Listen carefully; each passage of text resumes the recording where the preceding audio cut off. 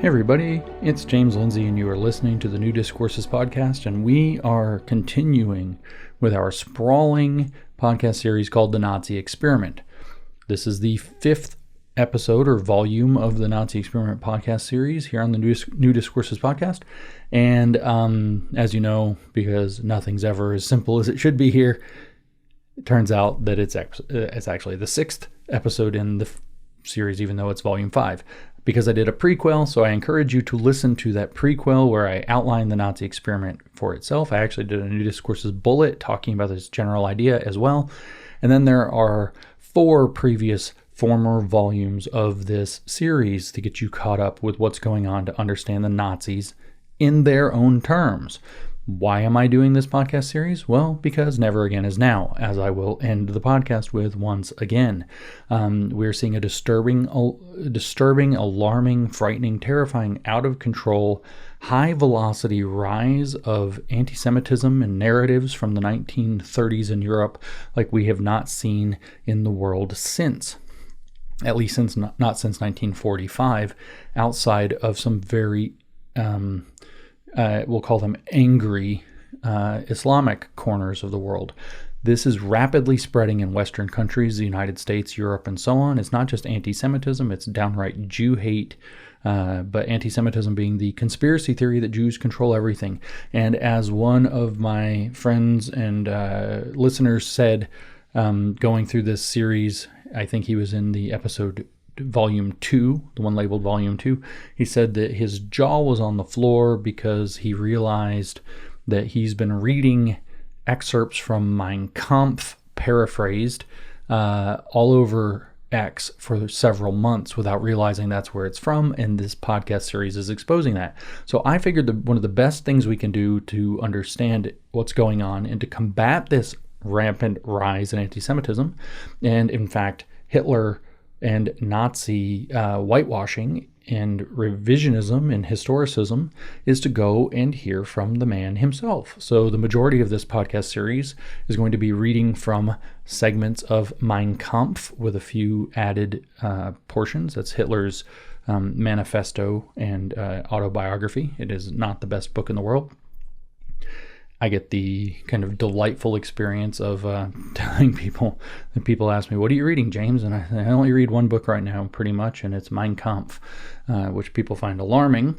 But at any rate, not to digress, because this is going to be long anyway, in this episode, what we're going to do is we're going to talk about, as promised, the 25 points of the Nazi Party program, which if you've never seen them, this is going to be a challenge for me to have turned that into its own podcast because it's like barely 1 page long. It's literally 25 points, as more or less, not all of them, but pretty much almost all single sentences. So there's not a lot of content there for a podcast. And you'd think, oh good, we'll have a short one. No. Turns out that in Mein Kampf, chapter 12 of the first volume, which is the last chapter of the first volume, which is also the chapter, by the way, that Peter Boghossian, Helen Pluckrose, and I rewrote as intersectional feminism during the Grievance Studies affair. That's this chapter. And so in that chapter, Hitler not only talks about the 25-point plan, but the chapter is sort of organized around it. It's a little bit complicated. But what I'm going to do to talk about the 25 points of the Nazi Party in this next episode of the Nazi Experiment is to go through chapter 12 of volume 1 of Mein Kampf, where Hitler tells the story of the delivery and the delivery of the speeches that ultimately launched the Nazi Party, but also the organizational needs of the Nazi movement. What is the movement going to require of people? How is it going to think about things? And so, like all the episodes of this podcast series, The Nazi Experiment, the point is to frame this as a grand experiment. The quick summary of that, although I did a bullet specifically explaining it, is that by the end of World War I, Germany found itself in a set of circumstances. It found those circumstances to be undesirable. By 1920, the Weimar Republic was established, arguably by a coup. The Nazis certainly argued that it was a coup that toppled Kaiser Wilhelm II and installed this liberal parliamentary democracy that was very liberal in the European style while still being German in the German style. If you know, you know. And the Weimar Republic did not do super well, and the Nazis in particular were very unhappy with it and were able to elevate themselves off of its decadence. And so there was these problems that they faced, some of which was literally being put under kind of house arrest by the rest of Europe, by the Treaty of Versailles and other things. And some of it was this, new liberal democracy in the European liberal sense that was very weak and decadent, and in some ways allowed for an awful lot of degeneracy to take root, and the Nazis were able to play off this very successfully. The young people today who have fallen into this Nazi propaganda that's being rehashed say things like Weimar problems require Weimar solutions. That's one of their little chants. I see it online all the time. I hear it said sometimes on their podcast clips. And it's alarming because the Nazi experiment is what they mean by Weimar solutions. They believe that we have had the Weimarization of America or the West. Maybe that's possibly true. We have certainly adopted something like a European-style liberal democracy style of government. It has certainly been decadent. There are certainly other problems, globalist problems. But the young people today have decided, both left and right, to shift toward blaming the Jews for that, and a lot of Nazi propaganda has come up. So the framing of these podcasts, this whole series, is the Nazis saw these problems. They decided to do a grand civilizational and social experiment called the Nazi movement and the Nazi government of Germany, the Third Reich, and that was a complete failure. So even if we have similar problems, we know one thing that's not a solution, which is the Nazi experiment. We should not repeat it. And the best way I know of to communicate what the Nazi experiment is to tell you what the Nazis said about it. In particular, the Nazi, the Führer, Adolf Hitler. Luckily, Adolf Hitler wrote a 570-page book called Mein Kampf, where he tells us exactly what he had in mind, writing this in the early half of the 1920s, well before he took power in 1933 and well before the regime collapsed catastrophically through World War II in 1939, ending in 1945. So like I said, we're going to go through the 25 points of the Nazi Party, which are very short, but I'm going to embed them in chapter 12, which I'm not going to read all of, because it's a little bit long and because we don't actually need to cover all of it. So I do have to give kind of a weird warning. The structure of this podcast is going to be a little bit complicated because in addition to the 25-point plan for the Nazi Party, this chapter, Hitler outlines a 14-point plan, making a total of 39 points for those of you keeping score at home. That is not the same. The 14 points do not correspond to the 25 points. There is enough alignment to where they fit in certain places and can be embedded in certain places, but I'm not going to get into the weeds of pulling that clearly. I will tell you which one we're doing, but I'm not going to call them different things. There's the 25 points, and then there's the 14 points that Hitler raises in this chapter. This 25-point program was outlined earlier, before Hitler, as a matter of fact, in the Nazi Party. In fact, the delivery of the 25 points in a speech was part of what drew Hitler into the party at the time. It was composed by, and the speech was given by another German called Gottfried Feder, F-E-D-E-R, Feder, I don't know. I don't speak German. And these 25 points were derived from Feder, largely from Marxist doctrine, although he was not Marxist. He was in no way Marxist. He was a socialist, unambiguously, but he was a National Socialist who had rejected Marxist socialism, and this was to be his answer coming out of World War I for how Germany could rise and succeed. So these 25 points were modeled directly off of, but adapted specifically to, the National Socialist program from the Marxist program. A lot of it, in fact, was taken by looking at what was going on in the socialist movements in Europe, like the Social Democrat Party within Germany, which was subsidiary actually to what was going on in Social Democrat, aka Communist Party in the Soviet Union by that point. In fact, this is so deep, roughly at the same time as Hitler was getting pulled into all this, he tells another one of his guys, Otto Wagner, that at the time that it was composed, he said that the whole National Socialism is in fact based on Marxist theory.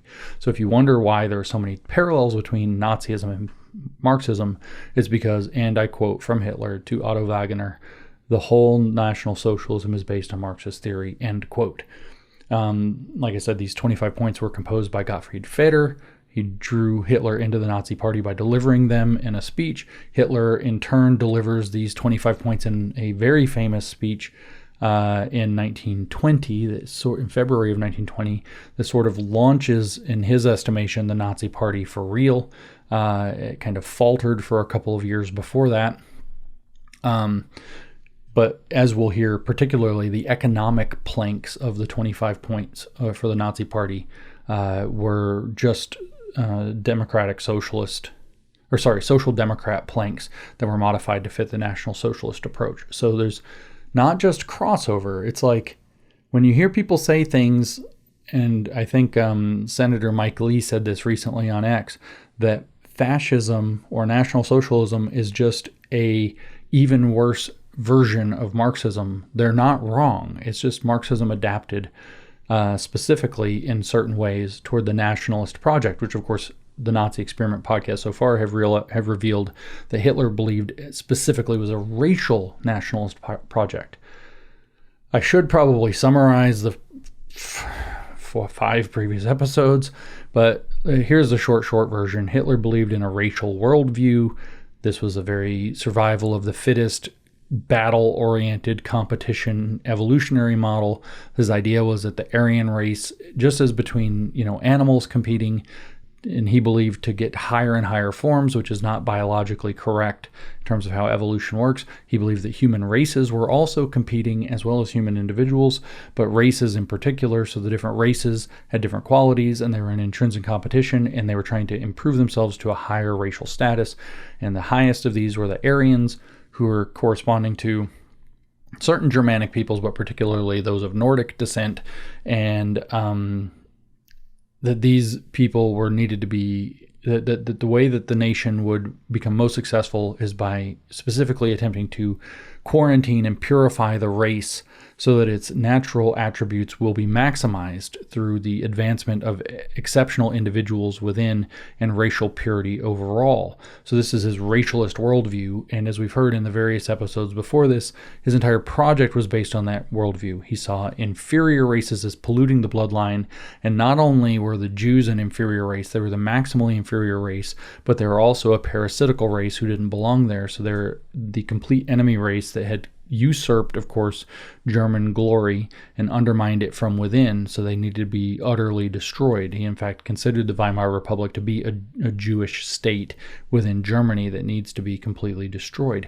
This leads into the last couple of episodes where we talk about the relationship between the individual and the state, which is that the individual must serve the state ultimately, but rise in his individual capacities as demonstrated through his capacity to serve the state, and the role of the worldview informing the organizational structure of the party, which is that the worldview is supposed to inform every aspect of how the party is to be organized. Okay, so that's the short summary of what we've learned so far about the Nazi experiment. The Nazi experiment is, if we implement this, will it make things better or worse in a, social dysfunctional state? And the answer was way worse. So it's a failed experiment. In this chapter, or this episode or volume, we're going to go backwards again into the first volume. We're going to read chapter 12 of the first volume, which is titled Early Development of the National Socialist German Workers' Party. And again, just for fun, I remind you, this is the chapter that Peter Boghossian, Helen Pluckers, and I rewrote, submitted to we rewrote it as intersectional feminism as opposed to Nazi movement, or NSDAP, and we submitted it to a feminist social work journal that accepted it, and all the people on the right loved this little stunt, including all of the people who would now recognize as woke right, thought it was totally brilliant and hilarious. So when I sent in a part of the Communist Manifesto rewritten to be Christian nationalism to the American Reformer, and they published it, all of a sudden I'm a trickster and I'm a terrible person and I betrayed everybody. I can't be trusted and it wasn't real and it was stupid. It was the worst thing ever. And oh my God, get James away from everything. James has lost his mind. He's a terrible person. Let's dox him, smear him, and ruin his life. So it was funny when it was against their enemies, but it wasn't funny when it was a mirror held up to themselves. But anyway, this is that chapter. Not that I sent to the American Reformer, although that'd be hilarious, but rather the one that I sent to the feminist social work journal called Ophelia, which accepted, and if I remember right, barely published it. I can't remember if that fell on, which side of the line that fell on. I think they published it though, like last couple of days. So, Chapter 12, Early Development of the National Socialist German Workers' Party. That's the real name. If you don't know, if you're new to all this, that's the real name for the Nazi Party. The Nazi, the Nazi, is from the first two letters of national, and the German spells socialist with a Z instead of a C, so there's your ZI. So the National Socialist movement is Nazi. That's where that comes from. Okay, so here's how Hitler begins. At the close of this first volume, I want to describe the early development of our movement and briefly discuss a number of the problems we faced. Okay, so I need to editorialize before I continue reading him. One of the reasons that I really wanted to take this way is, once again, what a big surprise, you're going to hear a ton of uncomfortable and unsettling stuff. What you're going to hear is, oh my God, we're hearing this today. Oh my God, this is the so-called dissident right, or what I've been calling the woke right. You're also probably going to hear some things that convince you that woke is a good way to understand these people, though not quite as much as we've heard in some of the other episodes. Okay, so he wants to describe the early development of the Nazi movement and briefly discuss a number of problems that they faced. And like I said, he gives a 14-point program about this. He says, I do not intend to make this a full dissertation on the intellectual aims of the movement.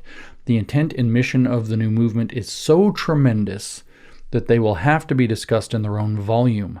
In that second volume, I will discuss at length the foundations of the movement's program and attempt to explain what we mean by the word state. So 2 points of digression here. Most of this podcast series is dedicated to going through parts of the second volume of Mein Kampf. I've got a few exceptions to that I pulled from the first volume. And then secondly, notice that he's saying that they have a specific concept of the word state. The fascists also had a specific concept of the word state, and Hitler was drawing from that. But more than that also, the Soviets had their own version of the word state.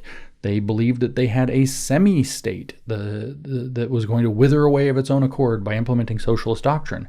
This is not the view of the state that the Nazis had or the fascists had. The fascists and National Socialists have a different view of the state that is going to establish a permanent Reich.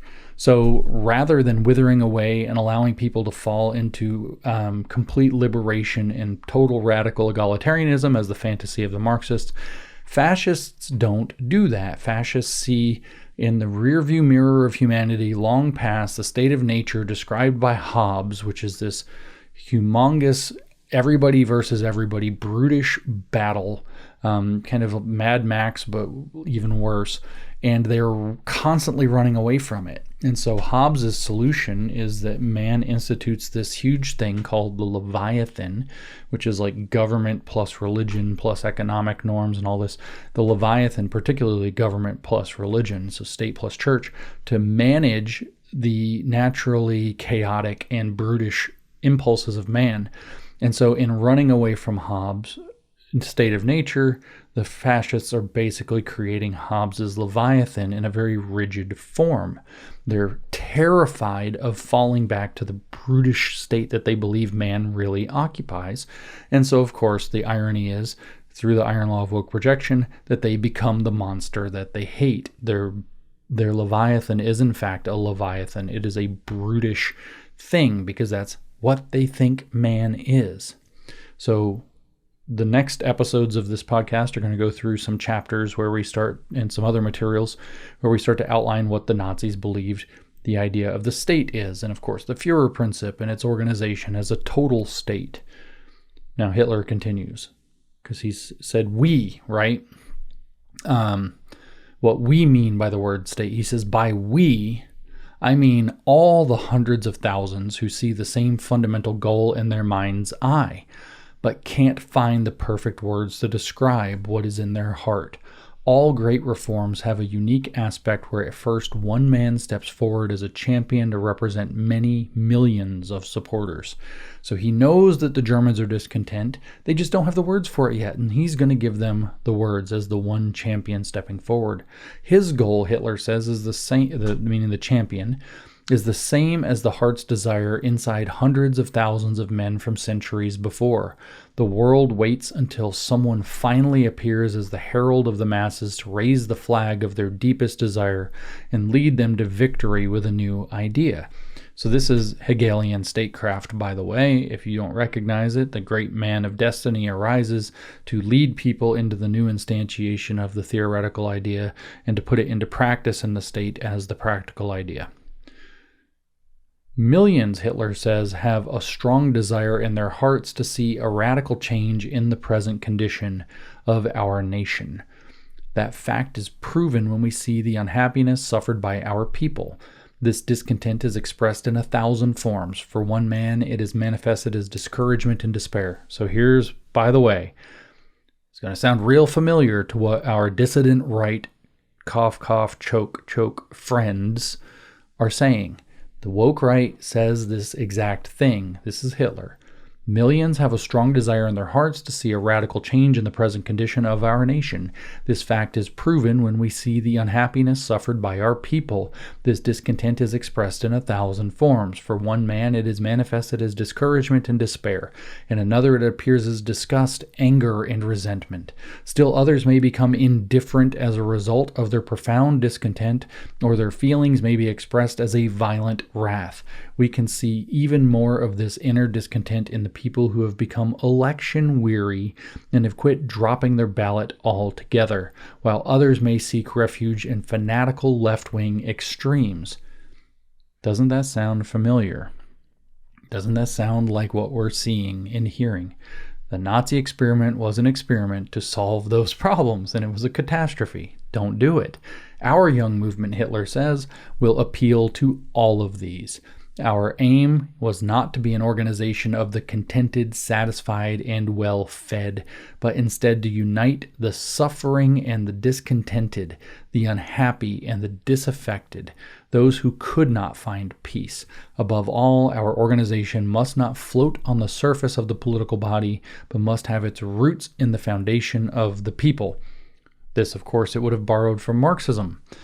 It's the same negative thing, and it's going to do the same stunt. It's going to outsource the cause of all of their problems allegedly onto scapegoat groups that need to be deposed with the power of the masses for the eventual power of the party.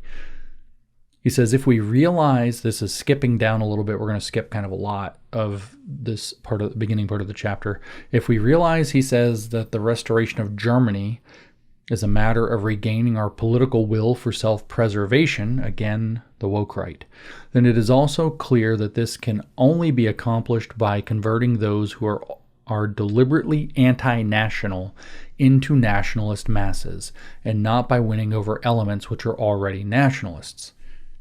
So again, the woke right. As a young movement whose goal is the resurrection of a sovereign German state, we will have to direct our battle totally toward winning the great masses.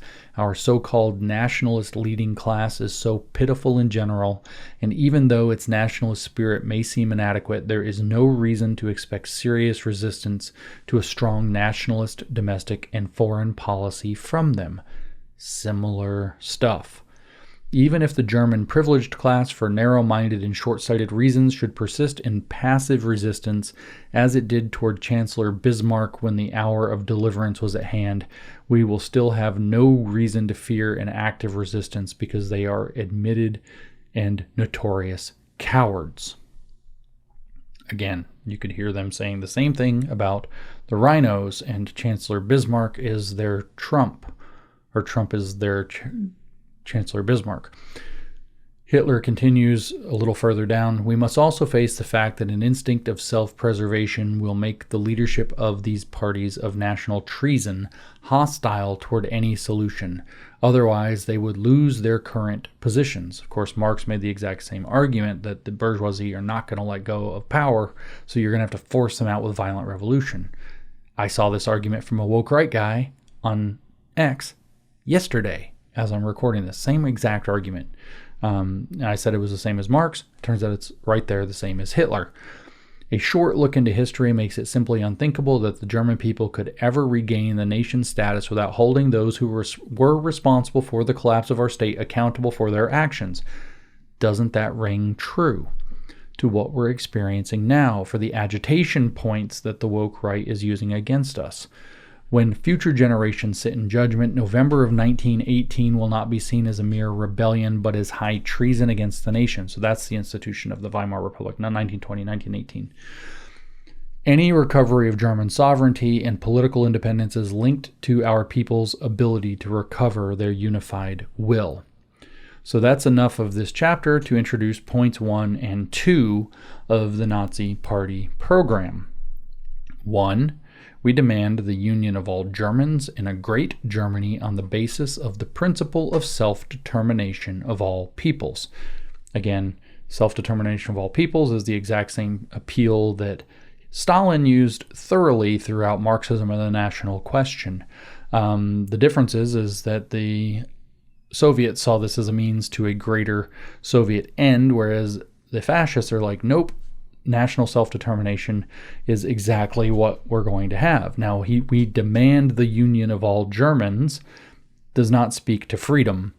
In a great Germany, which does not speak to Germany staying within its borders, on the basis of the principle of self-determination of all peoples.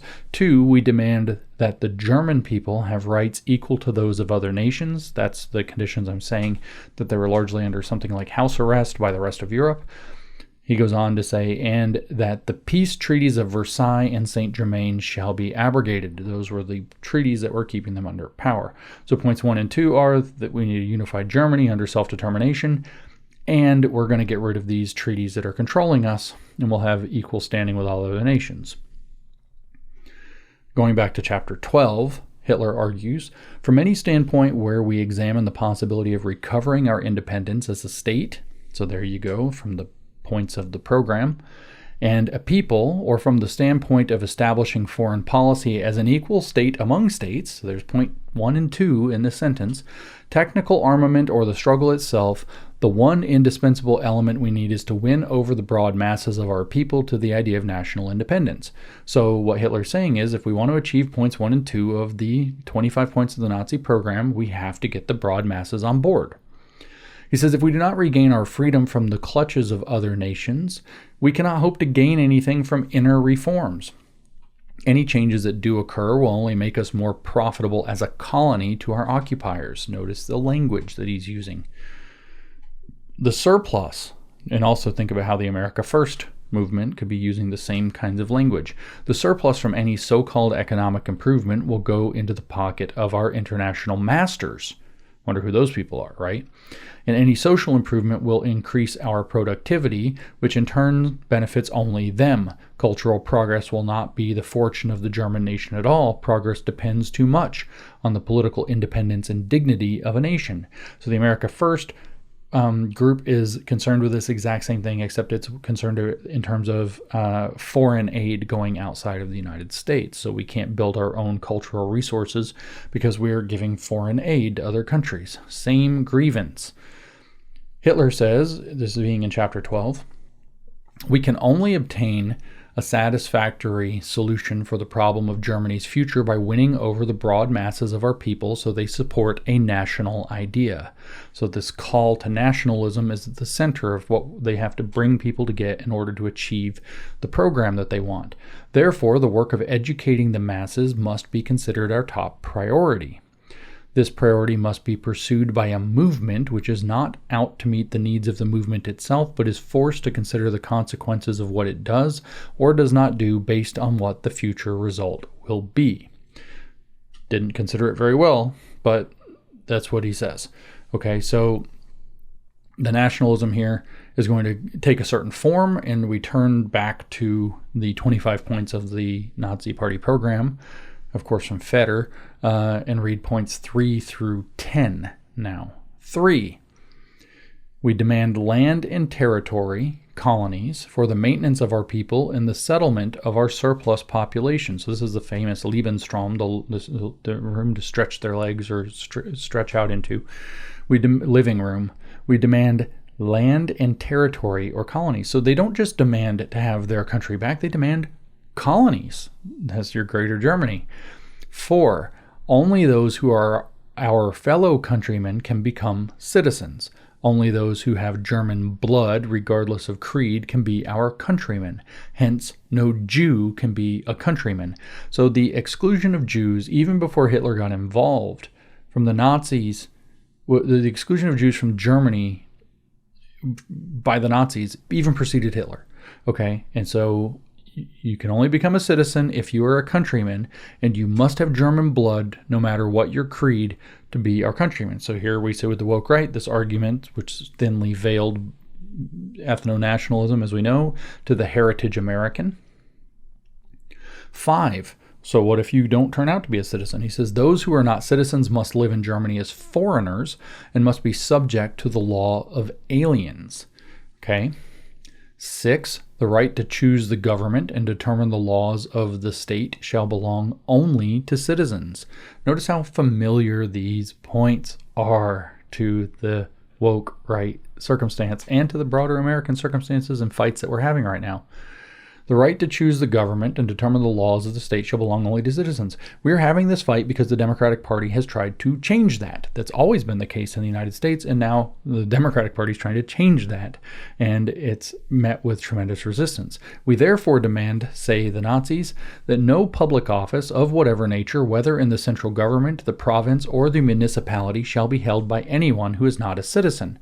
Remember that citizens have to be of German blood, and that the Jew can never be a citizen.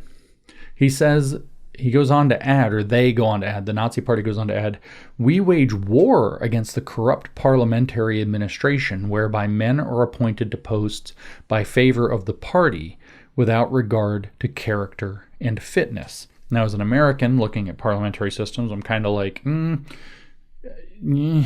but they have their virtues as well. I mean, this is frequently the case that, it's the same question actually at the heart of our electoral college in a way here in the United States. Do we want to have direct democracy or less? They want more direct democracy, but the only people who get to participate in it are the citizens. The only people who are citizens are the German by blood and later actually in fact, Nazis. 7. We demand that the state shall above all undertake to ensure that every citizen shall have the possibility of living decently and earning a livelihood. If it should not be possible to feed the whole population, then aliens, non-citizens, must be expelled from the Reich. So again, here's our H-1B visa debates. These are all the debates that we're having. What do we do with, who's going to pick our crops? Do we let illegal aliens? Do we put robots? Are Americans going to do the job? What's the story? But the state is going to undertake to ensure that every citizen will have the possibility of living decently and earning a livelihood. Similar conditions. The Nazi experiment tells us what happens if we go that way. It turns out it fails.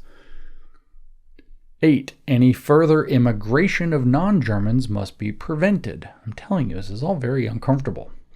We demand that all non-Germans who have entered Germany since August 2, 1914 shall be compelled to leave the Reich immediately. We haven't made such a declaration yet, but you could imagine that the idea is that anybody who's immigrated to the United States in the past however many years is asked to be expelled. You can see the woke right going there if they haven't already. And there it is, point 8 and then 25 points of the Nazi program. 9. All citizens must possess equal rights and duties. Emphasize that rights and duties are both outlined. All citizens, remember who citizens are, they have to have German blood, later they have to be Nazis in fact, must possess equal rights and duties. 10. The first duty of every citizen must be to work mentally or physically. No individual shall do any work that offends against the interest of the community to the benefit of all. So point 10 tells us everybody that's a citizen has to work. It could be mental work or it could be physical work, but everybody has to work.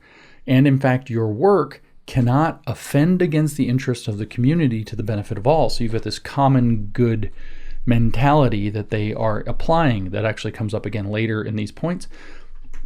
This is the basis for that stakeholderist model. The Nazi Party is going to decide what is in the interest of the community to the benefit of all.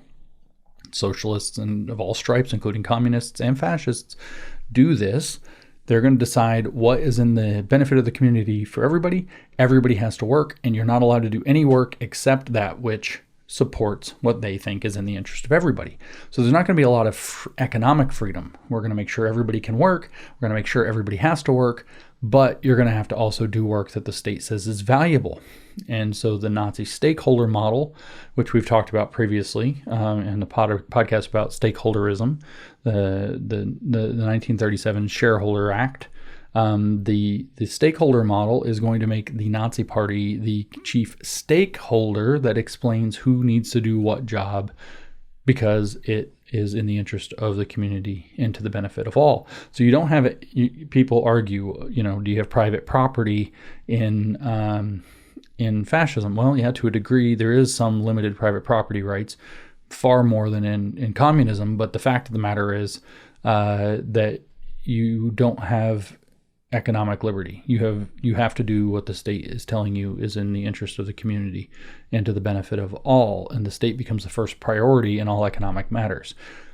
So that's, I guess, 8 more points of the Nazi program. We turn our attention back to chapter 12. Hitler writes, "We realized as early as 1919 that the new movement's highest aim must be the nationalization of the masses. From that tactical point of view, a series of requirements resulted." And so this gets a little confusing because he immediately says, in the next sentence, he puts a number 1. And so he numbers 1, and then he babbles for a minute, and then he starts at 1 again later. So I understand it's confusing. You just have to deal with Hitler being confusing here, not me being confused. So he says, 1, no social sacrifice will be considered too great if it means winning the masses to our side for a national revival. So we look at the woke right and its cult of winning. No social sacrifice would be considered too great if it meant winning the masses to our side for a national revival. No matter what economic concessions are made to our wage earners today, they cannot compare to the ultimate gain for the whole nation if they help bring back the common people to their nationality. Remember when the woke right influencers all came out and told us that we were all supposed to get worse jobs or be poorer for a while so that we could have a golden era?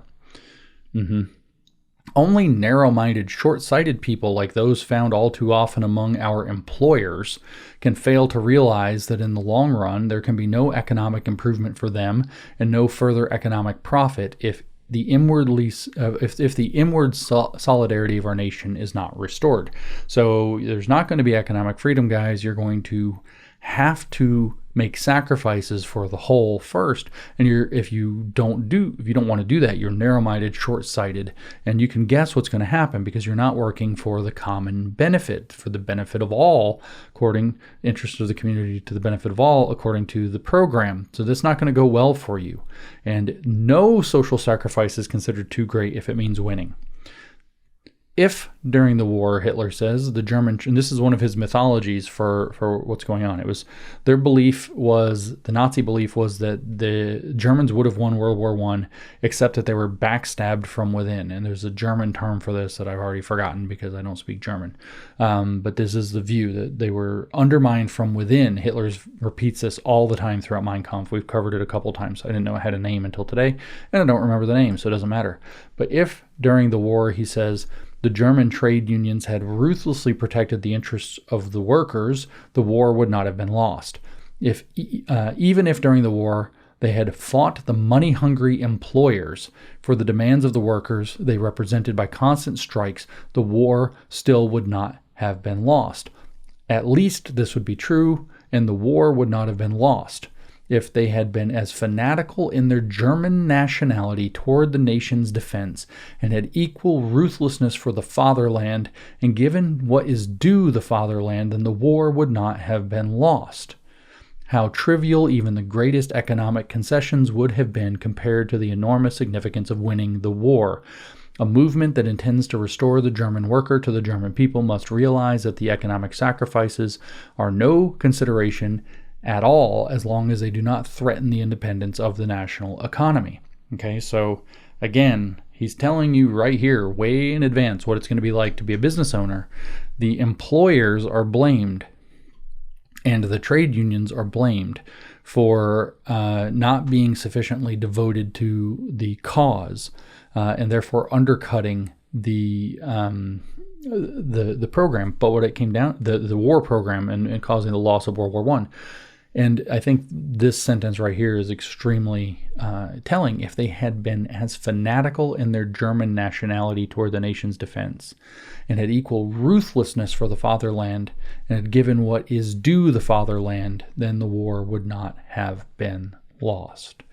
So profiteering at the expense of the nation will be forbidden. Or in other words, the economy is supposed to work for the people, not the other way around, which is a woke right talking point that they push all the time. So I make a note to myself here to say that Hitler is about to begin his 14 points. We already had a 1, so maybe there's 15, I don't know. But here he begins his 14 points in this chapter, as they are numbered, on what the Nazi movement will require from its members aside from no sacrifice being too great. And it starts in a fairly organized fashion, and they're pretty tight and readable. And then in typical Hitler fashion, he rambles and gets disorganized, and it's just kind of a mess by the end. Some of these are several pages long, rambling, going off onto tangents. I'm not going to lie, this was hard to organize for you guys. It's not entirely clear, honestly, where the 14th point ends either, because the chapter just goes on into a ramble about how the kind of fateful year or two, 1919 and 1920, came together, and Hitler is champion who sets up the Nazi party and gives a big speech with the 25 points that gets the whole thing moving. But at any rate, again, I hope it's not confusing that these numbers are not the same as the points in the Nazi Party program from 1920, and I will try to make it as clear as possible when I'm reading from the 25-point program for the Nazi Party and when I'm reading the chapter. Okay, so from the chapter 1, again, the national education of the broad masses can only take place through social improvement. This alone will create the general economic conditions that allow the individual to share in the cultural treasures of the nation. I mean, we could probably break down with a lot of speculation what all is contained in that, but social improvement is obviously the same program that you see from all of these so-called culturalists who think that if we get the values right in society, that's social improvement, then we will downstream from that create the conditions that allow the prosperity. And he says it will allow the individual to share in the cultural treasures of the nation. So that's the first point. 2, the nationalization of the broad masses can never be accomplished by half measures or by weakly arguing the so-called objective merits of your position. It can only happen by ruthlessly and fanatically concentrating on achieving a one-sided goal. A people cannot be made nationalist in the sense of our modern upper and privileged class. Their arguments have too many limitations and reservations. The people can only be made truly nationalistic with the intensity that comes from taking an extreme position. Poison is driven out only by counter-poison, and only the shallowness of the privileged leader class spirit could ever think the middle road is the path to heaven. The kingdom of heaven is not obtained by compromise.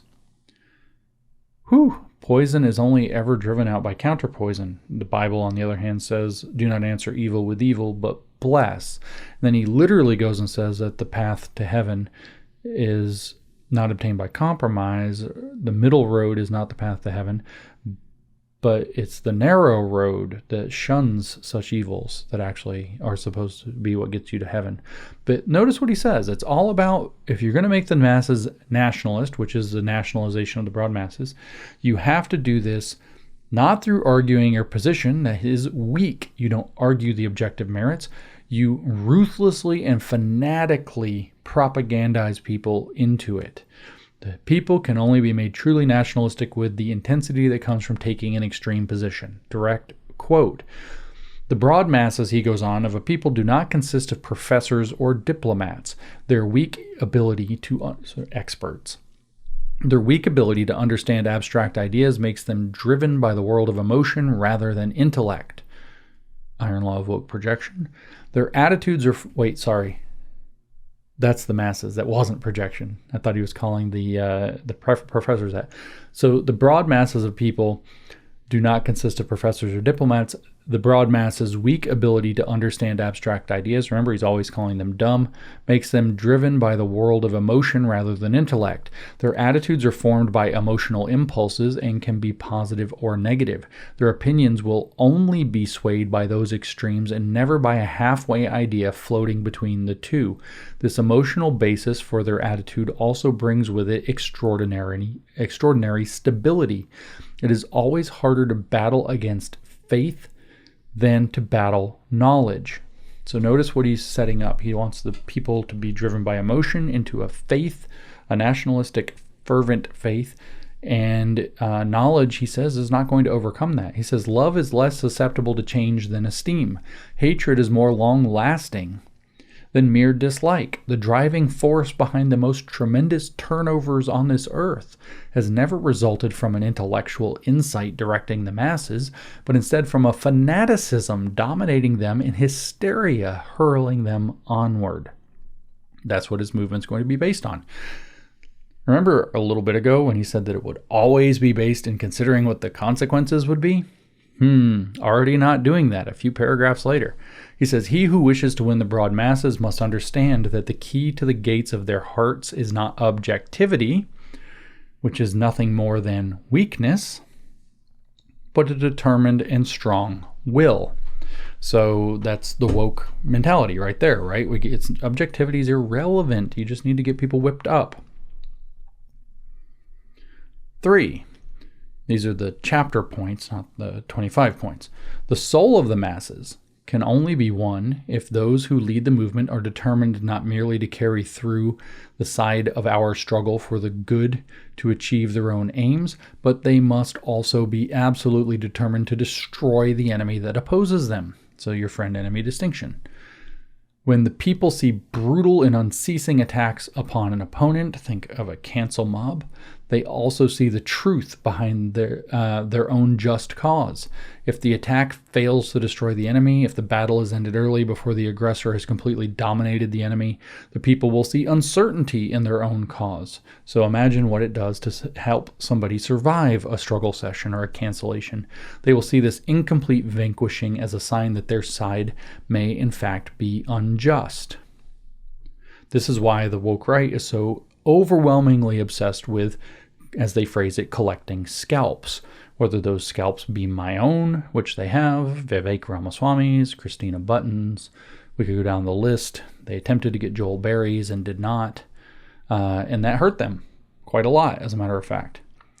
4. The great masses are themselves part of nature and therefore subject to her passions. Their feelings do not allow them to understand how a handshake can be made between men who have declared themselves as enemies. What they want is absolute victory. So they want friends to be friends and enemies to be enemies and for them to act that way. And they want absolute victory for their side because the unthinking, stupid masses are emotional creatures like beasts. They demand to see the stronger raise the banner of the conqueror and the complete extinction of the weaker. So this is how they act. This conqueror will stand victorious, and there will be the complete extinction of the weaker or his unconditional surrender to the dominance of the superior. The nationalization of our masses and the struggle to save the soul of our people will only succeed if the international poison spread among them is exterminated.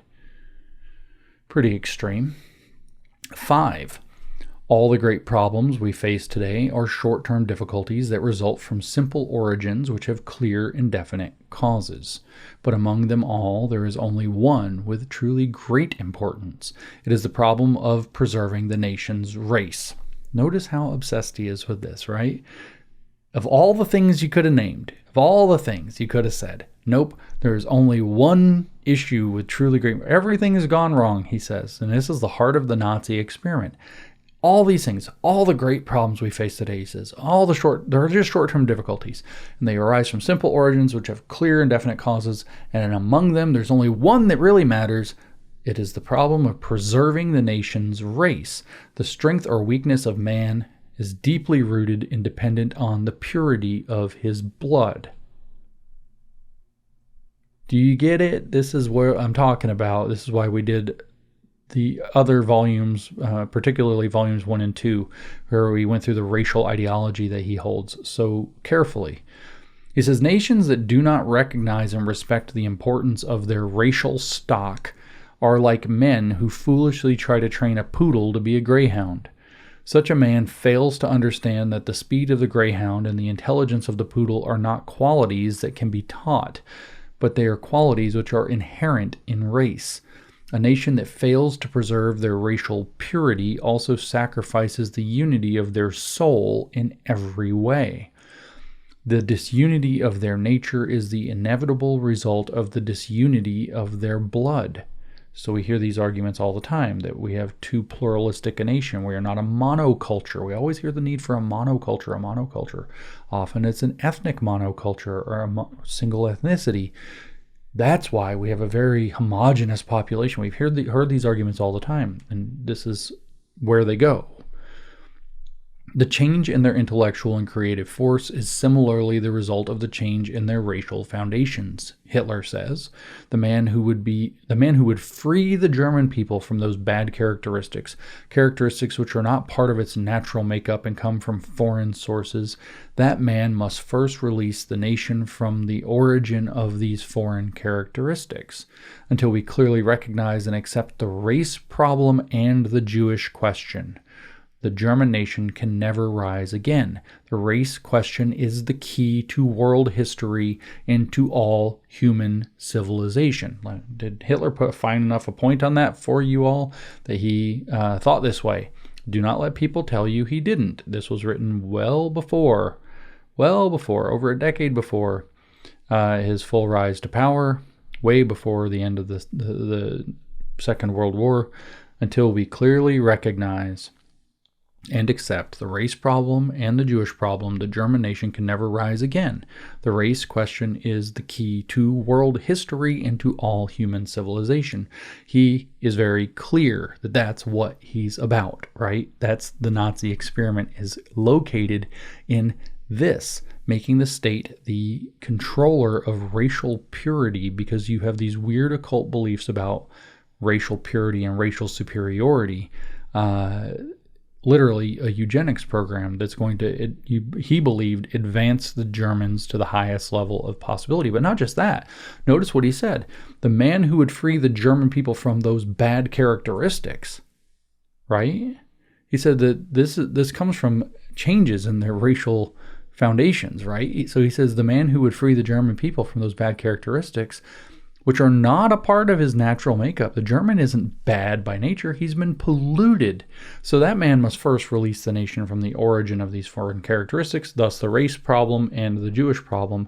And the race question is the key to world history and to all human civilization. So after those first 5 points, he goes into number 6, which is the first sprawling, rambling one. It's gets a little more clearly socialist, but he's all over the place in this one. 6, he says, assigning the great mass of people who are now in the internationalist camp to their proper place in a national community. That means out, by the way. It means subjects. That means in concentration camps eventually. So assigning the great mass of people who are now in the internationalist camp to their proper place in a national community does not mean we will sacrifice the protection of their class interests. We will not abandon the worker. This is also where he's addressing basically the communists. But what he's going to do here is he's going to say, listen, we have a bunch of these communist working class. This is actually one of Hitler's big things, is the Marxists were smart enough to get all the workers following World War I, and we're going to get them back. So what he's going to do now is make his argument for co-opting the working class to the National Socialist Party instead of to the Marxist international socialism. So differing interests among labor and trade groups are not the same as class division, but these differences are natural consequences of our economic life. The grouping together of trade members and workers does not interfere with the concept of a true national community. A national unity is one that unifies all problems concerning the life of the nation so that no one is left out. In order to bring into the national community or into the state one of the new trade or worker classes means we must not lower our current upper classes, but instead must raise the lower classes to a higher level. The higher class can never be the one who starts this process. It must be the lower class who is fighting for equal rights.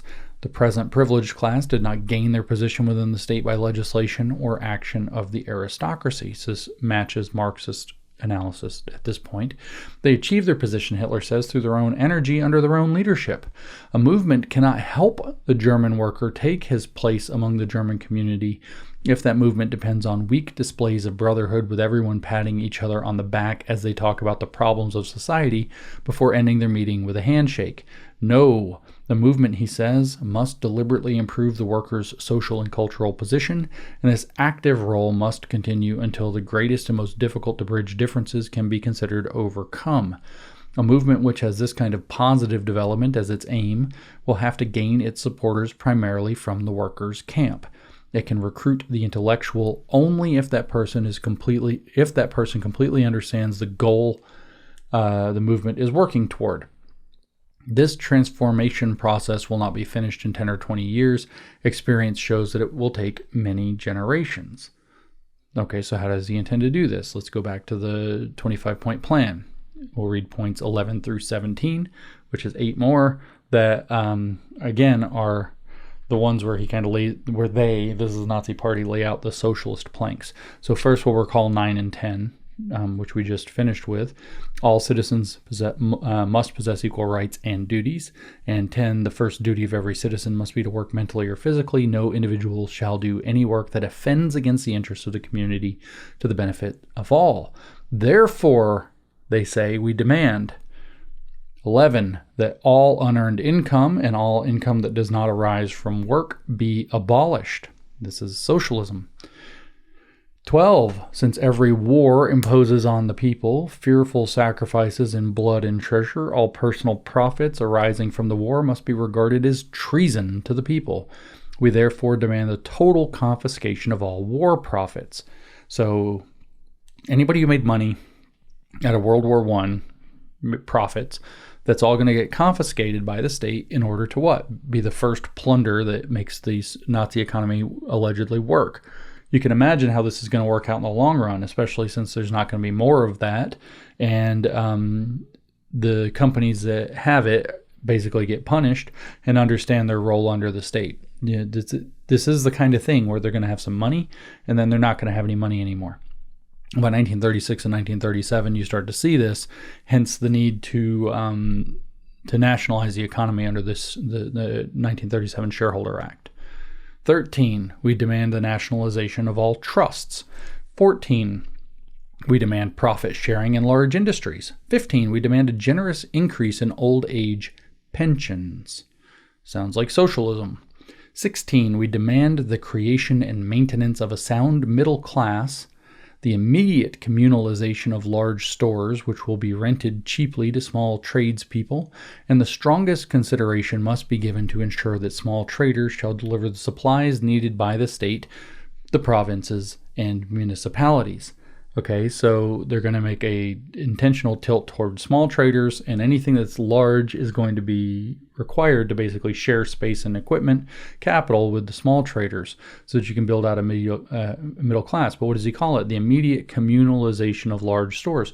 So this is a modified and softened version of the collectivism programs of the collectivization programs of Soviet Union and later People's Republic of China. 17, we demand an agrarian reform in accordance with our national requirements and the enactment of a law to expropriate the owners, that would be of farms, without compensation of any land needed for the common purpose. the abolition of ground rents, and the prohibition of all speculation in land. Now, I'm not going to get into it because I don't understand it, but there are some complications to this point here where what is actually meant by this is a much more sweeping ability for the Nazi Party to claim that, in effect, it has kind of not ownership exactly, but they actually control all the land in the entire Reich. And so you see the same model in the Deng Xiaoping model in China, which they adopted when Deng Xiaoping created one country, two systems. So the CCP retains ownership of all the land, heavy capital, raw materials, and so on. And they got that idea literally from the Nazi program. And then, the people are allowed to make money in China today, or in Nazi Germany then, operating these programs, but the state technically underwrites isn't the right word. Technically, the state owns all of it, right? They may not own it in Nazi Germany like they do in People's Republic of China today, but it says the enactment of a law to expropriate the owners without compensation of any land needed for the common purpose means that for all intents and purposes, the state owns all the land. But whatever this prohibition of all speculation in land is, there were greater consequences of that. It's worth looking into. I don't know the details, so I'm not going to get into it.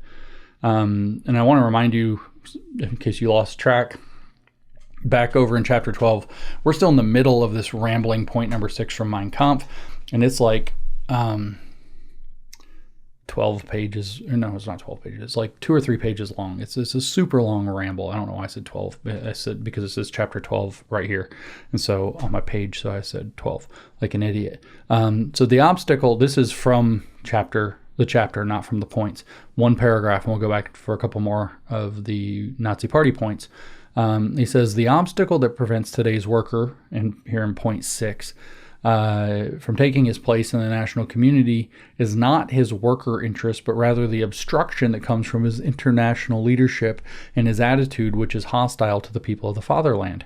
It is the very same trade unions. If the very same trade unions had a leader who was fanatically nationalist in political concerns, that leader would turn millions of workers into precious members of their nationality. This would happen regardless of individual battles over purely economic concerns.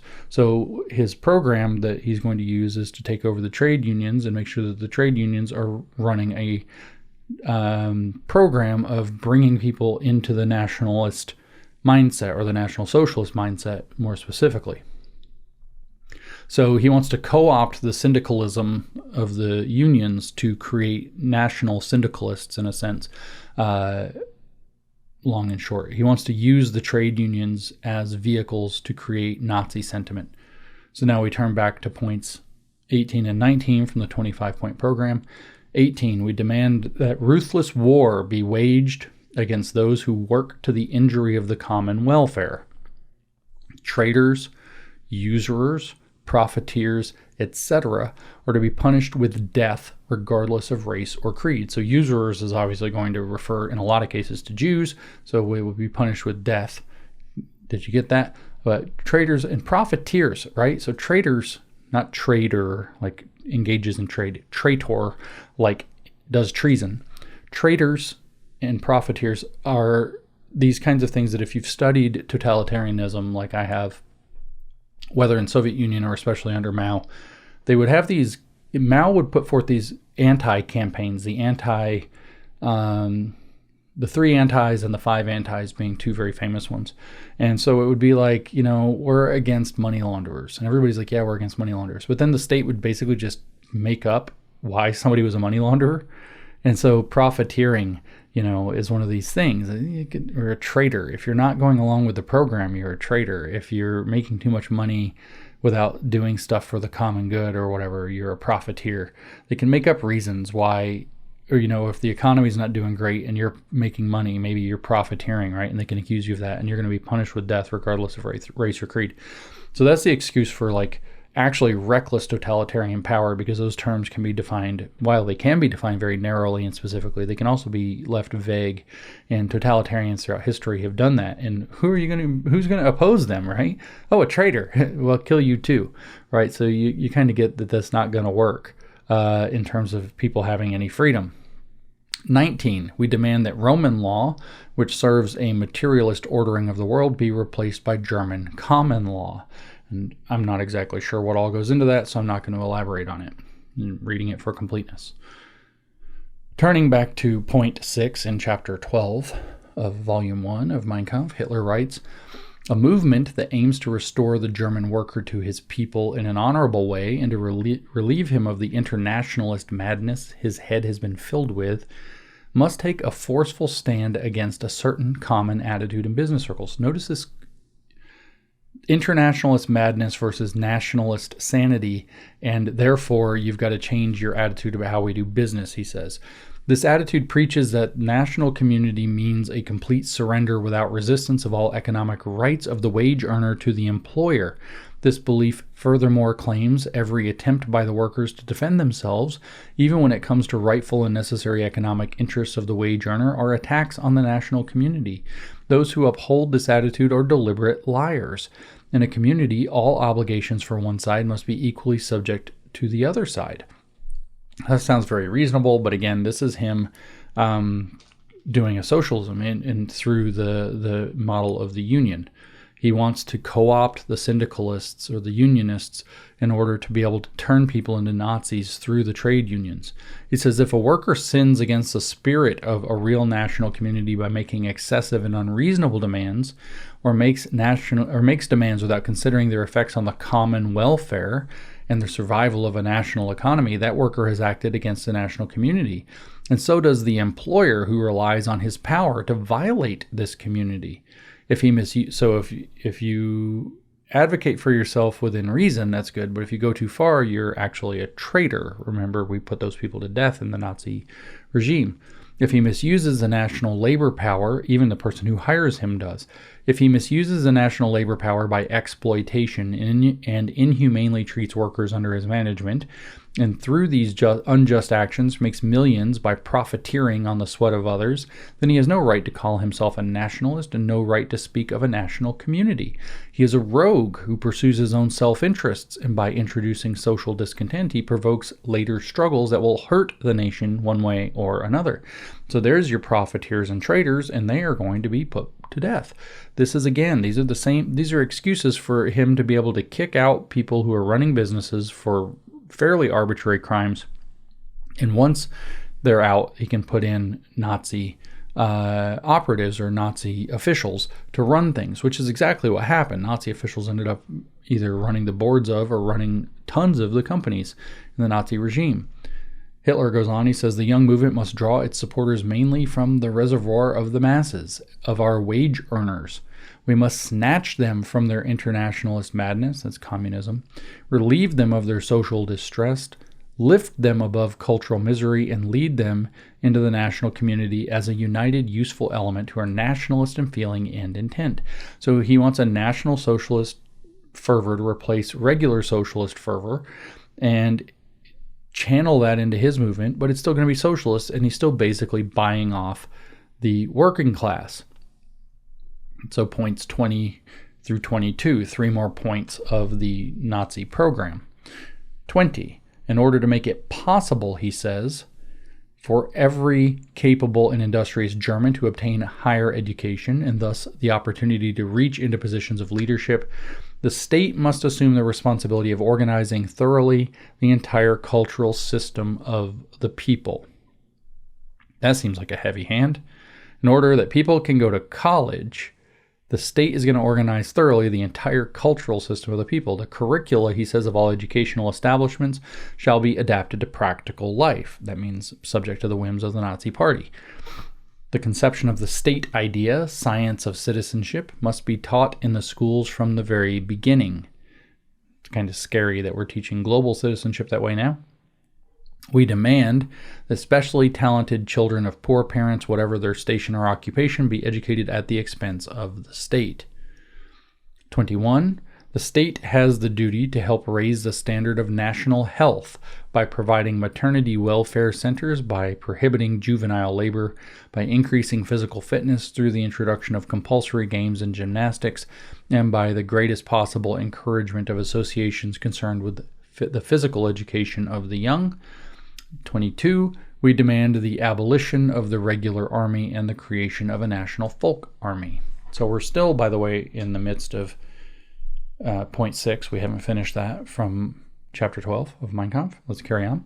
Hitler writes in the chapter, if we find in the circles of the nation's intellectuals that there are men with and I've skipped a lot of it, by the way. If we find in the circles of the nation's intellectuals that there are men with a warm heart for their people and its future who realize deeply how important the struggle is for the soul of the masses, then they will be welcomed in the ranks of the movement as a valuable intellectual backbone. I'm going to remind you, he wants working class workers who are mostly dumb that he can work up emotionally. He does not want intellectuals. So he said those are the intellectuals he'll let in, the ones that get it, that are already on his side, Nazis. He doesn't want the other ones, and this is what this paragraph's about. He says, but winning the privileged class voting cattle must never be the movement's aim. If we target the intellectual set, we would be burdening ourselves with a group whose existing thought process and nature would paralyze our efforts to recruit among the common people. So if you get nerds, the commoners won't come with you. They don't want to be around nerds. The idea of uniting the great masses, Hitler says, both the upper and lower classes within the movement, has a certain theoretical beauty. However, it is also an obstacle. We must face the fact that the ability to influence the minds of those who already have a certain spirit and to spread our message among the privileged class masses at public demonstrations can gain some recruits, but no amount of discussion or influence can change certain qualities or vices of their character, attributes which have been around for centuries, and make those undesirable qualities disappear from this privileged class group. Differences in cultural levels between the privileged class and working class, as well as the differences in their attitudes toward economic questions, are still so great that the moment the excitement of the demonstration has died out, their presence and nature would immediately become an obstacle to the movement. Finally, the purpose of the movement is not to introduce a new set of levels within the existing group of nationalists, but to win over those who are anti-national. Now, one of the things I skipped at the beginning of the chapter, and I'm not going to go back and read it, is this very long and I think amusing rant Hitler has about the intellectuals versus the masses, and how the intellectuals just keep raising questions and issuing challenges, and they therefore just confuse people, and basically nobody is good enough of a speaker to be able to talk to both intellectuals and the masses at the same time. Only like 1 out of 1,000 speakers can do it, and even if you talk to the intellectuals, they get it in their own weird way, and it's just basically a waste of time. And so most of their effort should be directed towards speaking to the non-intellectual masses and avoiding the intellectuals pretty much entirely. So it's very important to realize that even though they ended up with lots of pretty highly advanced scientific technologists, the Germans or the Nazis, I should say, were a very anti-intellectual movement, because the intellectuals would ask impertinent questions about their power structure. And we, of course, see this same mentality within the woke right today. Anyway, 7. This is in the chapter. We're not going backwards in the 25 points. Hitler says this one-sided but clear attitude must also be expressed in the movement's propaganda. So this point is about the propaganda. He says if the movement's propaganda is to be effective, it must aim in one direction only. We had that in a previous episode as well. That is to say, at one class only. If it attempts to aim at both upper and worker classes, the difference in their intellectual preparation, their educational background, would either prevent the message from being understood by one side or be rejected because it appears to simply state obvious and uninteresting truths by the other class. And so I made a long note to myself. I think it's the thing I just discussed. Hitler here gives a very interesting but unnecessary discussion of the relationship between propaganda and intellectuals. No, it's not quite the same thing. Observing that, quote, if the propaganda sacrifices primitive words and sharp expressions, the broad masses will not connect with the message. But if the propaganda includes straightforward statements that appeal to the masses' feelings and uses expressions they commonly use, the intellectuals will object and declare it to be coarse and vulgar. So what he's saying is that the intellectuals and the common folk have very different ways of speaking, and that if you talk to this produces a paradox, right? If you try to connect with the intellectuals, you lose the masses, and if you try to connect with the masses, you'll lose the intellectuals. His resolution to this paradox, not surprisingly, is that the intellectuals are wrong and the masses are right, because what he needs is not intellectuals, like the vanguard of the Marxists, but an army of plebs. And so he insists, quote, as a result of this knowledge, meaning the knowledge of this paradox and challenge and the difficulty of intellectuals, as a result of this knowledge, our new movement laid down a clear and simple guideline. The theme and form of the propaganda used to promote our messages to be aimed at the broad masses exclusively, and the quality of propaganda can be measured, only be measured by its success, end quote. And he claims explicitly that he got this idea from copying the Social Democrat movement, which is to say the Marxists. He goes on and he adds this point: if an intellectual attends this kind of meeting and complains about the lowbrow level of the speech, even though he can clearly see the lower class has been rallied and moved by the speech, it proves that he is incapable of thinking and worthless to the young movement. So let me point out what he meant by the measurement of the propaganda being effective is that it succeeded in agitating a group of uneducated people, of unintellectual people who are being appealed to in their base and coarse emotions. And then he says that if an intellectual comes and sees it and he gets it, but he, still thinks that the speech was lowbrow. He understands, he saw that it rallied the masses, but he didn't like it. Well, that proves that the intellectual is incapable of thinking and worthless to the young movement. He says the only intellectual who is valuable to the movement is the one who understands the mission and purpose so completely that he has learned to judge the work of propaganda totally by its success at what? At agitating the masses, and not by the impression it makes on him personally. In other words, somebody who can see through it, but who can suspend that and say, well, at least it got the rabble mad. Those are the only intellectuals worth having. So he's subtly saying that the propaganda is all bullshit designed to agitate the masses, and that anybody who can see the bullshit is a problem unless they'll pretend that it's not bullshit because it agitated the masses. He says the purpose of propaganda is to completely win over those who are against nationalism and not to entertain intellectuals who are already nationally minded. So regarding the point of propaganda, we turn to point 23 of the 25-point plan. This is the longest one. It has multiple parts even. 23. We demand that there be a legal campaign against those who propagate deliberate political lies and disseminate them through the press. So there will only be one kind of propaganda in their system. The Nazi propaganda, there will be none other. He said 1 million times it's going to be completely one-sided. So point 23 is of the Nazi Party program is literally that there will be no other media but Nazi media. We demand, he says, that there will be legal campaigns against those who propagate deliberate political lies. We know what they're going to mean by that. And disseminate them through the press. In order to make possible the creation of a German press, we demand A, all editors and their assistants on newspapers published in the German language shall be German citizens. Remember, in practice, after they take power, that means Nazis. So all editors and their assistants on newspapers will be Nazis. B, non-German newspapers shall be published only be published with the express permission of the state. They must not be published in the German language. C, all financial interests in or in any way affecting German newspapers shall be forbidden to non-Germans by law. That specifically, by definition, by the way, includes Jews, remember. And we demand that the punishment for transgressing this law be the immediate suppression of the newspaper and expulsion of the non-Germans from the Reich. So catch that. And so German citizens only, that means not Jews, can have anything to do with the newspapers too. Newspapers transgressing against the common welfare, he says, shall be suppressed. So they're going to decide what the common welfare is, and everything else is going to be crushed. We demand, they say, legal action against those tendencies in art and literature that have a disruptive influence upon the life of our folk, and that any organizations that offend against the foregoing demands shall be dissolved. Now, this particular point in the program led to what were called the 12 Theses. I'm not going to go into the 12 Theses. It's a very interesting side note of the Nazis, and that's all about what publications are and are not good or legitimate in the German sense. It would be an interesting sidebar, but this is a little long. And that became the justifications for the book burning, which truly did begin with books of sexual degeneracy, but very rapidly spread to an awful lot of other books that the Nazis considered Jewish or otherwise anti-German or inferior.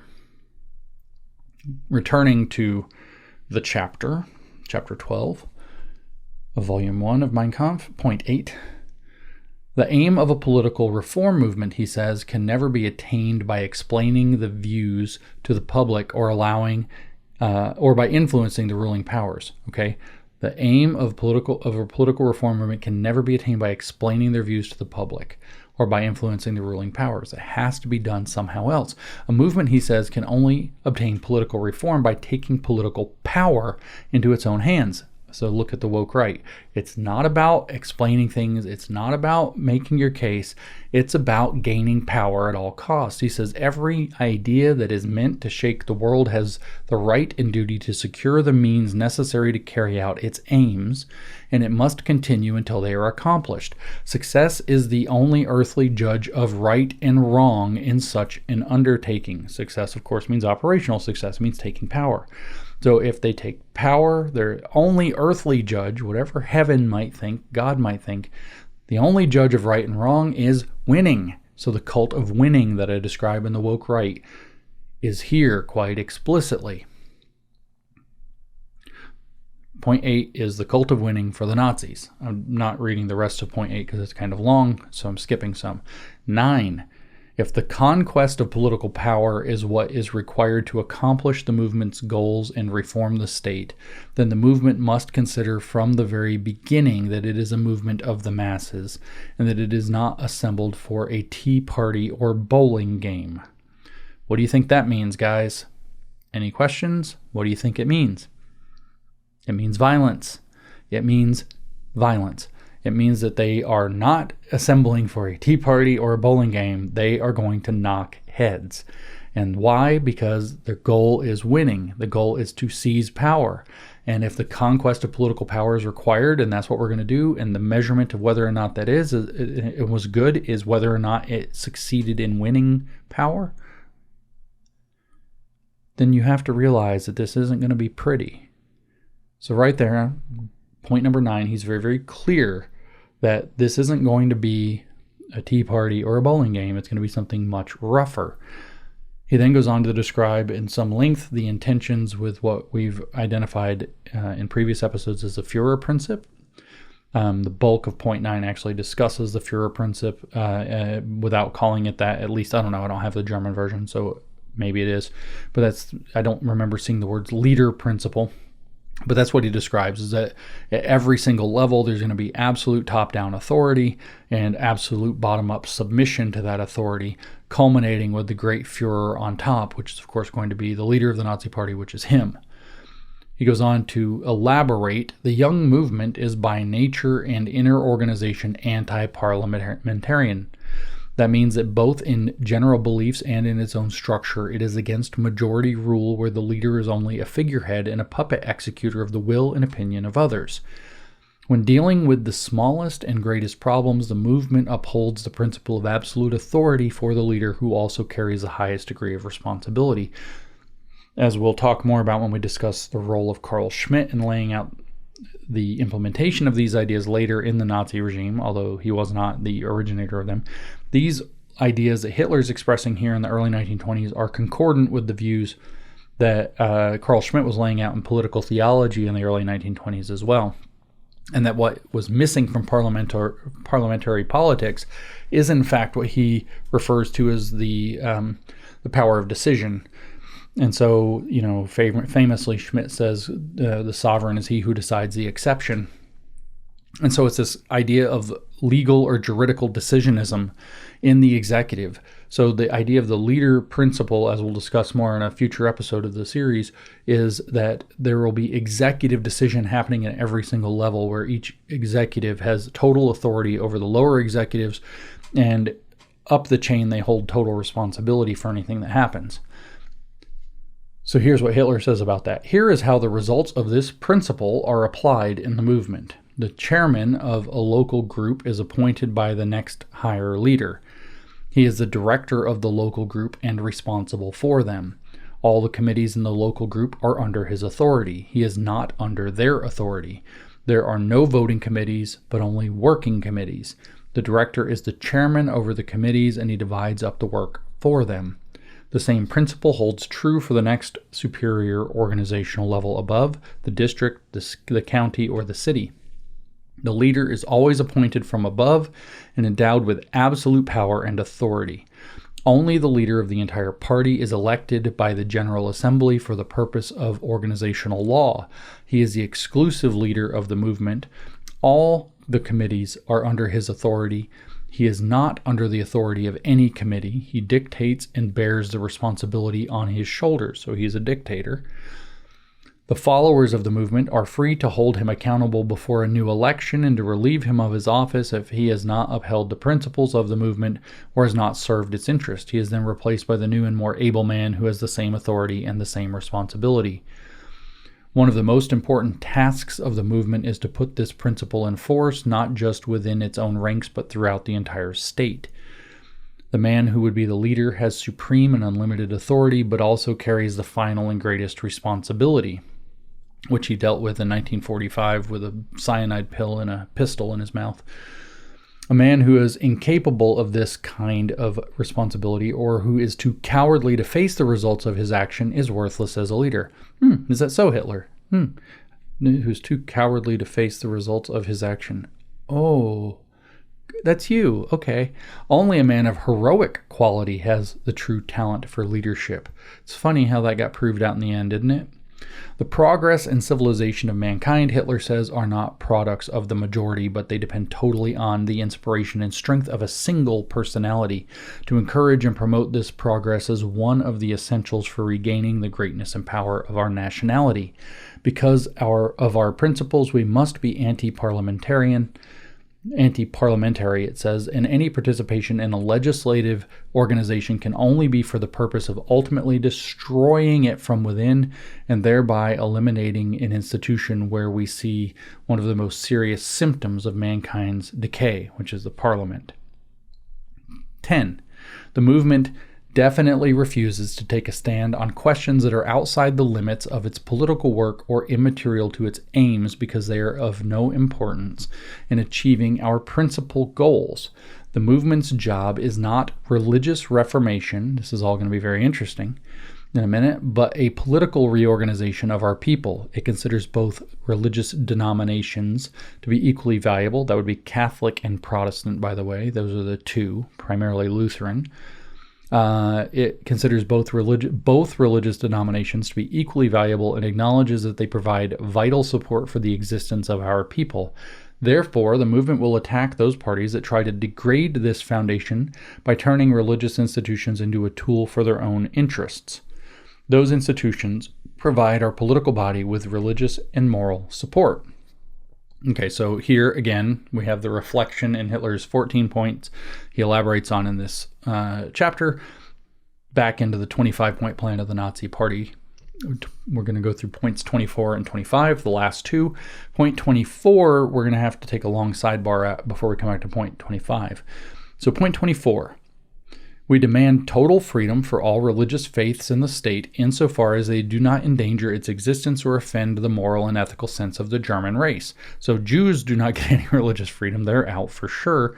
In fact, that is a carte blanche, right? This is, by the way, the exact same principle that the Christian nationalists say about Christianity. If you read Stephen Wolfe's book, The Case for Christian Nationalism, you know, he's totally fine with other religions as long as they don't endanger Christianity in its role in the state or offend the moral and ethical sense of the American people. Here it's the German race. For Stephen Wolfe, it's the American people, but it's the exact same demand, actually, precisely. So here's the kicker. Here's what they say. So there's going to be religious freedom, but not for that religion. You know which one. Here's the kicker, though. He says the party as such. So in order to facilitate this religious freedom, he claims, the party as such represents the point of view of a positive Christianity without binding itself to any one particular confession. It fights against the Jewish materialist spirit within and without, and is convinced that a lasting recovery of our folk can come only about from within on the principle common good before individual good. And by the way, that's in all caps. Set apart as its own paragraph in all caps. Common good before individual good. So the lasting recovery of the German folk under the Nazi program is common good before individual good. And that's to be achieved through embracing something called positive Christianity. Now, I really love to, and maybe I'll have an opportunity to come back and give you a full podcast on positive Christianity, but I'm going to give you a quick rundown on what positive Christianity is. It's fake. It's fake Christianity. It's a Nazi farce, okay? Positive Christianity is a Nazi farce. It was a political move by Hitler so that he could continue to appear Christian just enough to get elected and not lose the majority of the German people, while he was actually replacing Christianity with a heresy. And that heresy was specifically meant as a transitional faith into full-blown Nazism and the ultimate rejection of Christianity itself. So it was a fake simulated Christianity, positive Christianity, that was semi-Nazi, that was regarded from its beginning by the Nazi ideologist Alfred Rosenberg. It was considered intentionally to be a transitional state. It was a pretend Christianity that they were going to take all the German Christians, no matter what their denomination, load them into positive Christianity, make them more and more and more Nazi, and then abolish Christianity in the end as they became full-blown Nazis. It wasn't very Christian, though. But what was going on, as we'll hear, is that in the mid-1930s, or by the mid-1930s, so 10 years or more after he wrote this, 15 years after he wrote this, Hitler had to install a more moderate voice to push the positive Christianity movement because it kind of got off the rails and was taken up by a bunch of, what a big surprise, lunatics. It had been pushed way too far, frankly, and specifically into Nazi and German paganism, and the Christians were starting to revolt. So after 15 years of advocating for this positive Christianity, the fact that it was a transitional step into paganism started to become too visible to too many Christians. So he had to get the ideologists in charge of it out of the way, and he replaced the previous organizers of positive Christianity with a guy named Hans Carroll. And I bring this up actually just so I can read this description from Hans Carroll in the mid-1930s about positive Christianity. Here's what Hans Carroll had to say. Quote, "The party stands on the basis of positive Christianity, and positive Christianity is National Socialism. National Socialism is the doing of God's will. God's will reveals itself in German blood. Dr. Zollner and Catholic Bishop of Munster, Count Galen, have tried to make clear to me that Christianity consists of faith in Christ as the Son of God. This makes me laugh. No, Christianity is not dependent on the Apostles' Creed. True Christianity is represented by the party, and the German people are now called by the party, and especially the Führer, to a real Christianity. The Führer is the herald of a new revelation." So this is the moderate Hitler put in to get rid of the crazy guys before that, because it had gone off the rails. Okay? So positive Christianity is National Socialism. National Socialism is the doing of God's will. God reveals himself in German blood. It makes me laugh that Christianity consists in the faith in Christ as the Son of God. Christianity is not dependent upon the Apostles' Creed. True Christianity is represented by the party, and the German people are now called by the party, and especially the Führer, to a real Christianity. The Führer is the herald of a new revelation. Woo, lads. So that's positive Christianity. I'm not going to say ecumenical integralism right now. Whoops, I did. The official Nazi ideologist that I mentioned a moment ago, Alfred Rosenberg, reportedly conceived of positive Christianity early on as a transitional faith to bring Christianity, or Christians specifically, more toward Nazism. In particular, the goal was to introduce the anti-Semitism and racial worldview of the Nazi Party through Christian doctrine. So during the war, Rosenberg drafted a plan for the future of a religion in Germany, or a future of all religion in Germany, which would see a positive Christian Reich influenced by Germanic paganism specifically, that would conduct, quote, expulsion of the foreign Christian religions. So all of the not positive Christian, National Socialist, Nazi Christian religions were going to have to be expelled after World War II, according to their chief ideologist. Some of the programs that he foresaw included the replacement of the Bible as the supreme religious text with Mein Kampf as the holy scripture of positive Christianity, the replacement of the Christian cross with the swastika as the universal symbol of European Christianity in all Nazified Christian churches, and the integration of Nazi race ideology and German paganism into the belief structure. It was called positive Christianity specifically because it was supposed to contrast itself against those so-called foreign fake Christianities, where, Jesus is the Son of God, by focusing not on all the negative and passive aspects of Jesus' life, but on the positive aspects of Jesus' life. So what are some of the passive ones? So the Nazis accused the church of emphasizing Jesus as a passive figure, which makes Jesus so special. There's stuff like having been born of a virgin. Notice the passive voice, having been born as a virgin, having suffered, having died, and was buried, only to have been resurrected on the third day. So Jesus is not this active participant in what makes him actually a super important figure, according to what the Nazis said about what the church actually emphasized. They didn't want that, so they made a new Jesus character by pulling out of the Gospels and rewriting the stories and getting rid of all of the Jewish prophecies that were fulfilled and, the line of David and all that. And Jesus was cast into this kind of a folk hero in the German heroic tradition, as specifically an anti-rabbinical folk organizer against the Sadducees and the Pharisees.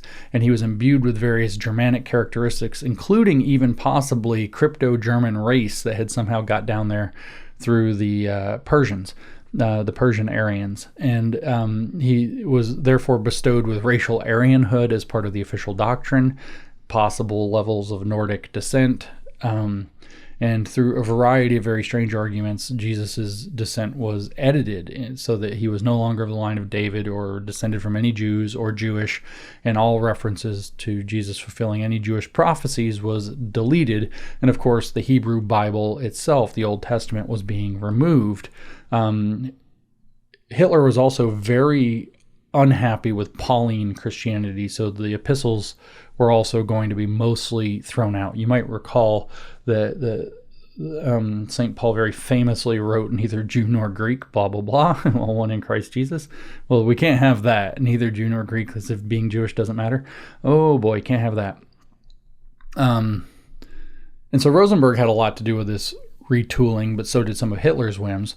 But Rosenberg actually explicitly believed that the Aryan Nordic race was divine, and God was in the blood, which obviously we already just heard from Carol, and that the Aryan Nordic culture was what you had in the kingdom of heaven.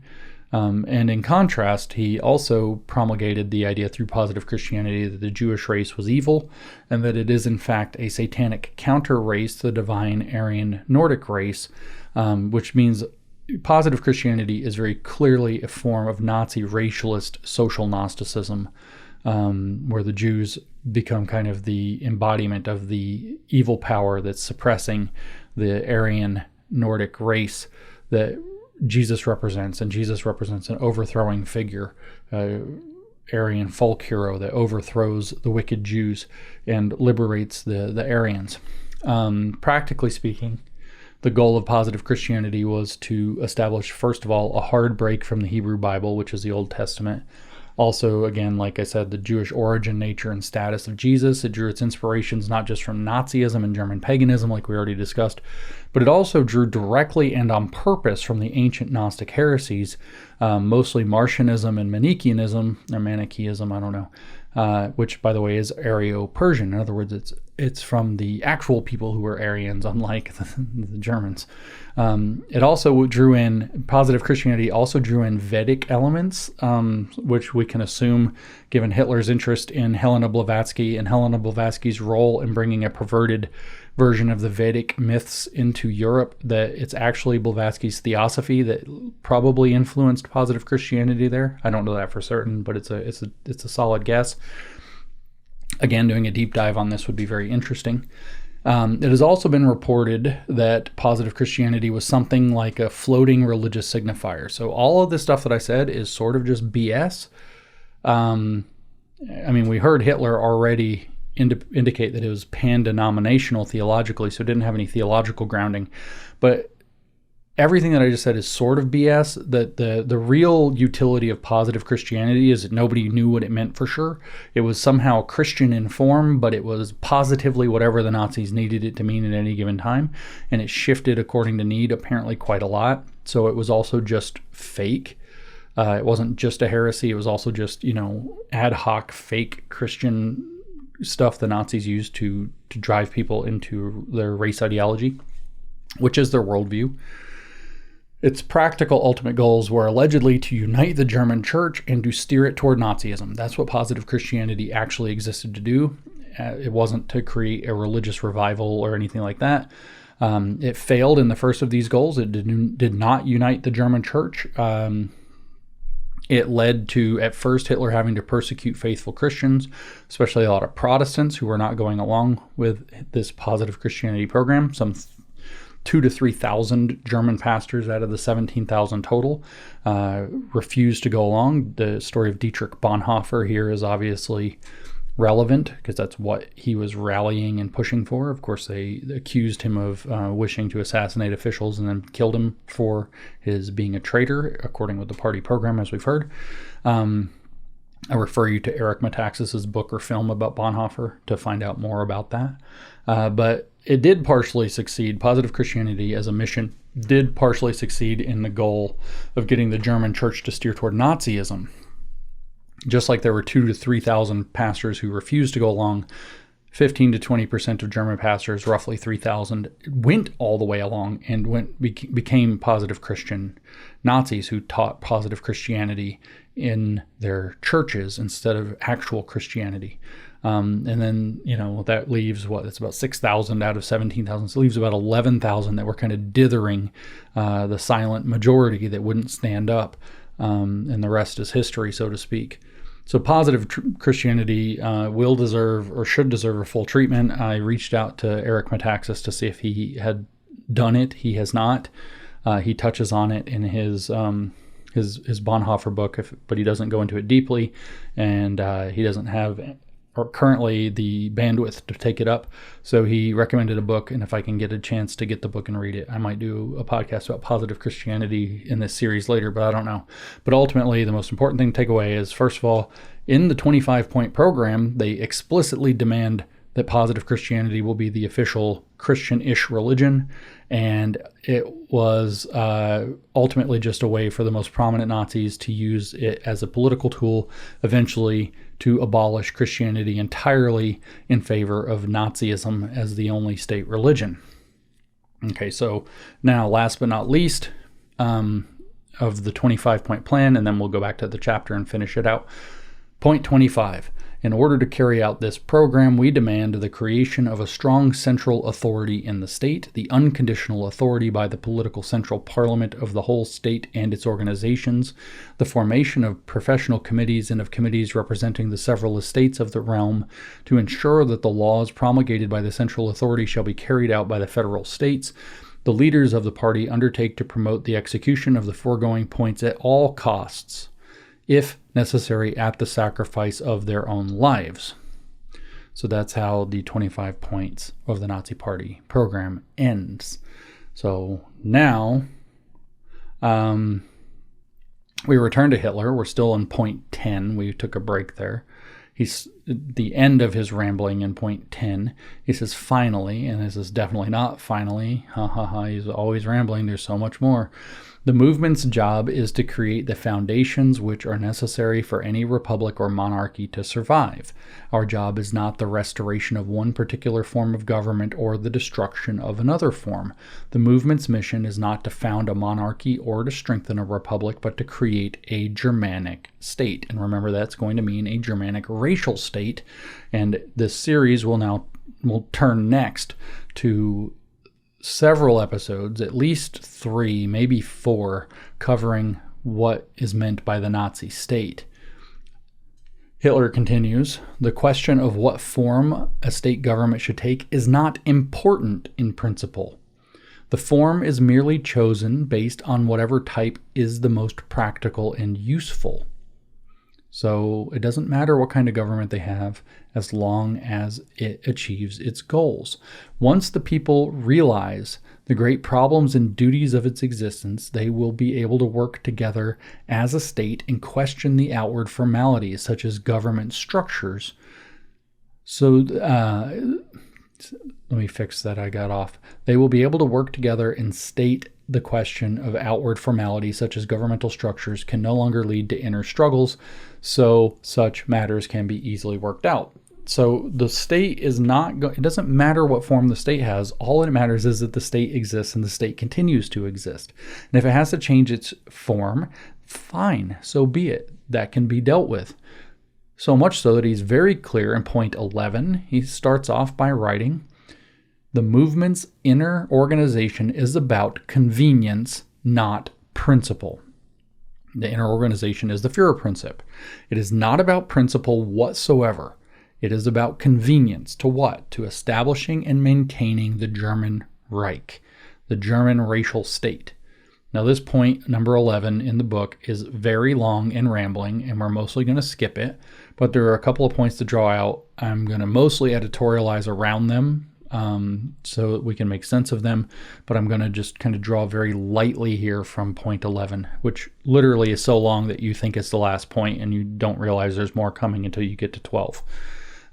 So Hitler starts off next by talking about how the movement should be organized, particularly as it grows. His general point is that you want as few middlemen as possible at every level, but the challenge is that as a movement grows larger, that becomes impossible to maintain, and you have to get all these middlemen, and then you have to figure out how to organize them, and he really doesn't like organization. He thinks it's this dreaded, awful thing, as we're about to hear, and he concludes this explanation, or middle of this explanation, by saying that the ideal condition comes to an end when the movement gets to a certain size. He says, the ideal condition comes to an end, and in its place we have the necessary evil of organization. Small subunits are formed by the creation of local members, or local groups of members, for instance, and these represent the nuclei for the growth of the political movement's later organization. However, if the unity of doctrine is to be maintained, subgroups cannot be created until the authority of the intellectual founder and his beliefs are accepted absolutely and completely. So there's going to be total doctrinal adherence before a group is considered legitimate. The next requirement, Hitler says, is a centrally located headquarters, and its importance for movement cannot be overestimated. I think this is an interesting way he puts this. The location, he says, should be chosen such that it is surrounded by the magic spell of a Mecca or a Rome. This place can give the movement a particular strength that only comes from inner unity because it provides recognition that there is one creator and a leader who represents this unity. Isn't that interesting? Skipping most of point 11, he says, consequently, at the end, the mechanical shape an organization takes must not be expanded beyond the point where the spiritual authority of headquarters is guaranteed. With such political entities, this guarantee can only be given through the strength of force. This, unfortunately, is not the end of point 11. I put a note. He goes now on a rambling about why it should be in Munich for the Nazi Party, then gives a lot of talk about how local leaders should be selected. Quote, a combination of ability, determination, and perseverance is the most valuable of all. And that should only be done as need arises. So that's organization, literally organizational principles for the Nazi Party itself. It's a little bit prosaic for our purposes. 12.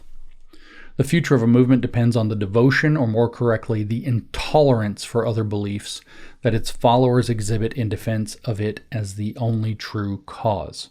They must be convinced and enforce the belief that their own cause, as opposed to other similar causes, is the only just cause. So do you get that? The success of the movement depends on people believing not just that theirs is a good way, but theirs is the only way and all other ways are evil. unjust. Theirs is the only just cause. Hitler very, very seriously believes in this totalitarianism. It is a huge mistake, he says, to believe that the strength of a movement can be increased by uniting with another similar movement. Growth by merger means an immediate increase in numbers, which appears to outside observers that the organization is increased in power and resources. In truth, the organization has simply absorbed germs, which will be a source of inner weakness, and this will cause suffering later on. No matter what anyone says about the similarity of two movements, such closeness never really exists. If they were truly so similar, there would be only one movement and not two. It doesn't matter where the differences are, even if the difference is in the inconsistent abilities of leadership alone, then we have found the difference. The natural law of all development never accepts the joining of two unequal things. So again, his racial ideology that informs the entire program is talking about movement purity here as well. True joining, he says, only occurs when the stronger gains victory over the weaker. When this natural selection happens, the strength and energy of the victor is increased by the struggle itself. Uniting two similar political structures may produce momentary advantages, but in the long run, any success gained in this way will cause inner weaknesses to appear later. The greatness of a movement is only guaranteed by the unhampered development of its inner strength, the protection of that strength and the constant increase of that strength until it achieves final victory over all rivals. More than that, we may say that a movement's strength and its right to exist increases only when it recognizes that adherence to the principle that struggle is necessary for growth, and that it will only reach the peak of its strength when complete victory is finally achieved. The movement can never attempt to accomplish this victory through instant or short-term gains, but only through perseverance and absolute intolerance of any opposition. Only in this way will the movement enjoy a long stretch of growth. Now, you can say this is about a movement, but his movement intended to become a state. And that state had blatant imperial ambitions. So there's a pretty strong reason to believe that there's never going to be, if he's going to conquer Poland, it's not going to be that the Poles are incorporated into the German program. They're going to be completely vanquished. We can understand that. If he's going to conquer the French are going to be completely vanquished. If he's going to conquer the Russians, which obviously he failed to do, they're going to be completely vanquished. Movements, Hitler says, which have expanded from the union of similar organizations, where each made compromises to achieve the joining, are like plants grown in a hothouse. They shoot up quickly, but they lack internal strength and are not substantial enough to stand the test of time or to resist violent storms. The greatness of any powerful organization which embodies an idea in this world depends on the absolutely religious fanaticism with which it establishes itself when compared to others. It must be fanatically convicted that it is right and just, and it must be absolutely intolerant of any idea or organization that is counter to its own teaching. If an idea is right and it takes up the sword of battle with this mindset, it is invincible, and any persecution only strengthens it. So just let the mindset soak in. That's Nazism right there. And he compares it to Christianity. The greatness of Christianity, he says, was not established through compromise. They had no reason to engage in negotiations of appeasement with those who had roughly similar ancient philosophical opinions. It was created through unyielding and fanatical declaration in defense of its own teachings. Well, does anybody actually have roughly similar ancient philosophical opinions? Believing that Hitler rejected with the positive Christianity that, Jesus died and was resurrected, and the belief in that is what makes you a Christian. But anyway, you'll notice that the woke right hasn't embraced this logic fully, but they are pretty fanatical, right? And so it's concerning, right? And they have sometimes, some of their more fanatical members have articulated this view that they've got to be completely fanatical about how they view, otherwise we can't win. So it's very concerning. But at any rate, 13. As a matter of principle, Hitler says, the movement must train its members to regard struggle as something that they're actually striving for and not something casually to engage in out of necessity. They must not fear the hostility their enemy directs toward them, but must regard it as the justification for their own right to exist. They must not try to avoid the hatred of enemies. They must not try to avoid the hatred of the enemies to our nationality and our philosophy, but they should embrace the hatred. Now, here is a principle, this point number 13, that the woke right has fully embraced. That people don't like them, that people call them fascists, that people don't call them racist, and so on, justifies to them that they are right. Okay? Now, listen, have in mind these people on the woke right like that, or dissident right, whatever you want, and listen to this next few parts. You've heard these arguments, if you're paying attention to those guys, explicitly. Joel Webbin, for example, has said them on video explicitly, and we could play that. Enemies, he says, will use lying and slander as expressions of their own uneasy frustration. Anyone who is not attacked, lied about, and slandered in the Jewish newspapers is no decent German and no true National Socialist. The best measuring stick for the value of a man's principles, the honesty of his convictions, and the strength of his determination is how much deadly venom his name arouses from the enemy who hates him deeply. Followers of the movement, and in the broader sense, all of the people, must be reminded again and again in his newspapers, the Jew always lies. Even an occasional truth is only intended to cover a bigger lie. Therefore, even a truth becomes a deliberate untruth. The Jew is the great master of lies, he says, and he uses his weapons of lying and deceit in battle. Hitler carries on. Every Jewish slander and every Jewish lie is a scar of honor on the body of our warriors. The man they insult the most is the closest to us in spirit, and the man they have a mortal hatred for is our best friend. Any one of our followers who picks up the Jewish newspaper in the morning and does not see himself slandered in it has accomplished nothing the previous day. If he had served any purpose, he would be persecuted, insulted, slandered, abused, and attacked by the Jew. The only man who effectively opposes this deadly enemy of our nationality, and who is also an enemy of all Aryan humanity and civilization, can expect to find the slanders of the Jewish race and the war of these people pointed at him. When these principles become second nature to our followers, the movement will be unshakable and invincible. So the woke right has accepted this logic already. They have actually started to tell people this logic explicitly already, that if you are not being attacked, you're not doing it right, you're not fighting hard enough, blah, blah, blah. Now, I want you to think about this as a kind of an epistemology, right? Literally, it is possible that there is some lying press that is going to slander people who are upsetting their agendas, and they will therefore attack people. We say things like the flak is heaviest when you're over the target. But imagine this becomes your only or your best litmus test of whether or not you're doing the right thing. You lose all possibility for accountability. So if you're a young person, a young man in particular, listening to this, and you're kind of dabbling woke right, or you're listening to some of these woke right podcasters, and believe it or not, somebody is still having you listen to me, listen to this. If accountability coming to you turns into proof that you're doing the right thing, you can't be held accountable anymore. So if you can't be held accountable anymore, you are in the path of evil. You are lost.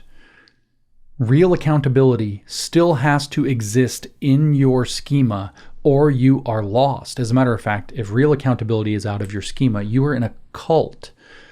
You really need to think about the fact that this message is already being pushed very, very hard to try to get people to not listen to real accountability. But I digress. Point 14. Hitler writes, the movement must encourage respect for individual personalities using every means possible. Of course, we already heard what he means by that in episode 3.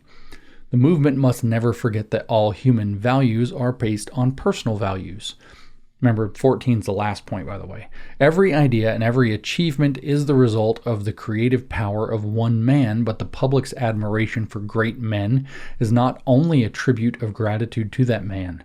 That same reverence is the factor that blinds them. I'm screwing it up all over. I'm getting tired. That same reverence is the factor that binds them together into one group with a strong unifying bond.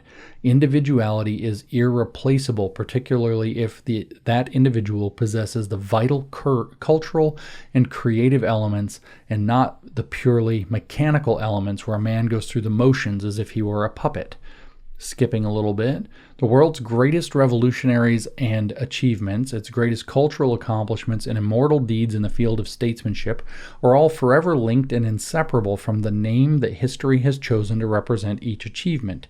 If we do not give proper respect and reverence to one of those great spirits, then we lose the great source of strength that emerges from speaking the names of any and all great men and women. So people who achieve great things will have their name attached to the great things that they did, and they will be honored for it. But what does Hitler say next? The Jew knows this better than anyone. So he has to go on one of his rants. Those they call great men are only great at destroying humanity and its civilization, but the Jew is careful to make certain those figures continue to be admired and idolized. Again, think of the woke right and the things that they say. Yet, when any other group of people shows reverence for those of their own who have outstanding minds or have made fantastic accomplishments, the Jew tries to represent those great souls as unworthy and brands such reverence as a, quote, cult of personality. I think Hitler might be projecting a little here, right?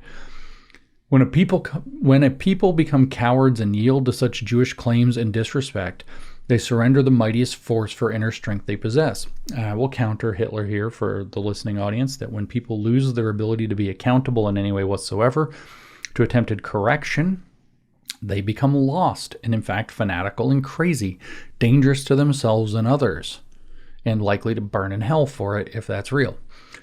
This force, Hitler says, is founded in reverence for genius, and it comes from teaching and adoration of these men as examples of what we can be. Such reverence does not come from dictating to the masses whom they should adore. That actually rings true of our current circumstances, obviously. And so, again, I remind you, the point of the Nazi Experiment podcast series is that the Nazi experiment was a solution suggested to these kinds of problems that failed.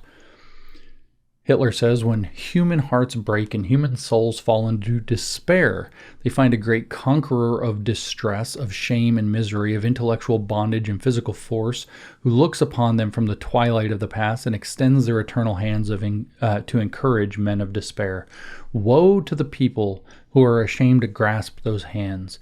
In the early days when our movement was emerging, we suffered the most from insignificance. This part's rather amusing. Our names were unknown. They're not narcissists. We began to doubt our chances of success because of our obscurity. The hardest thing was at the beginning when there were sometimes only 6, 7, or 8 who met to listen to the speaker. Back then, it was difficult to awaken and maintain a faith in the tremendous future of the movement within this tiny circle. There were only 6 or 7 men, and they were all poor, nameless devils who were joining together with the intent of forming a movement. Someday this movement must succeed where the great and powerful mass parties had failed. They must resurrect a German empire with even greater might and magnificence. At that time, if we had been attacked or even just laughed at, we would have been happy. The most depressing fact was the complete indifference we encountered. This is what weighed on my mind most at that time. So it turns out we're now out of point 14, as you've probably figured out, and we're into the beginnings of the Nazi Party ramble. And Hitler devotes many pages to this ramble. Like when you're reading it, you got the 14 points and you're sort of like, this should be a separate chapter. Why is this still happening? Like, just end the chapter. But anyway, he now devotes a few pages to how difficult it was for him to feel so insignificant. Now he went about going around trying to start to build his movement, especially through the very difficult winter of 1919 into 1920. That's when he finally started to have some success. And it's all building up to this story of February, I think 24th, 1920.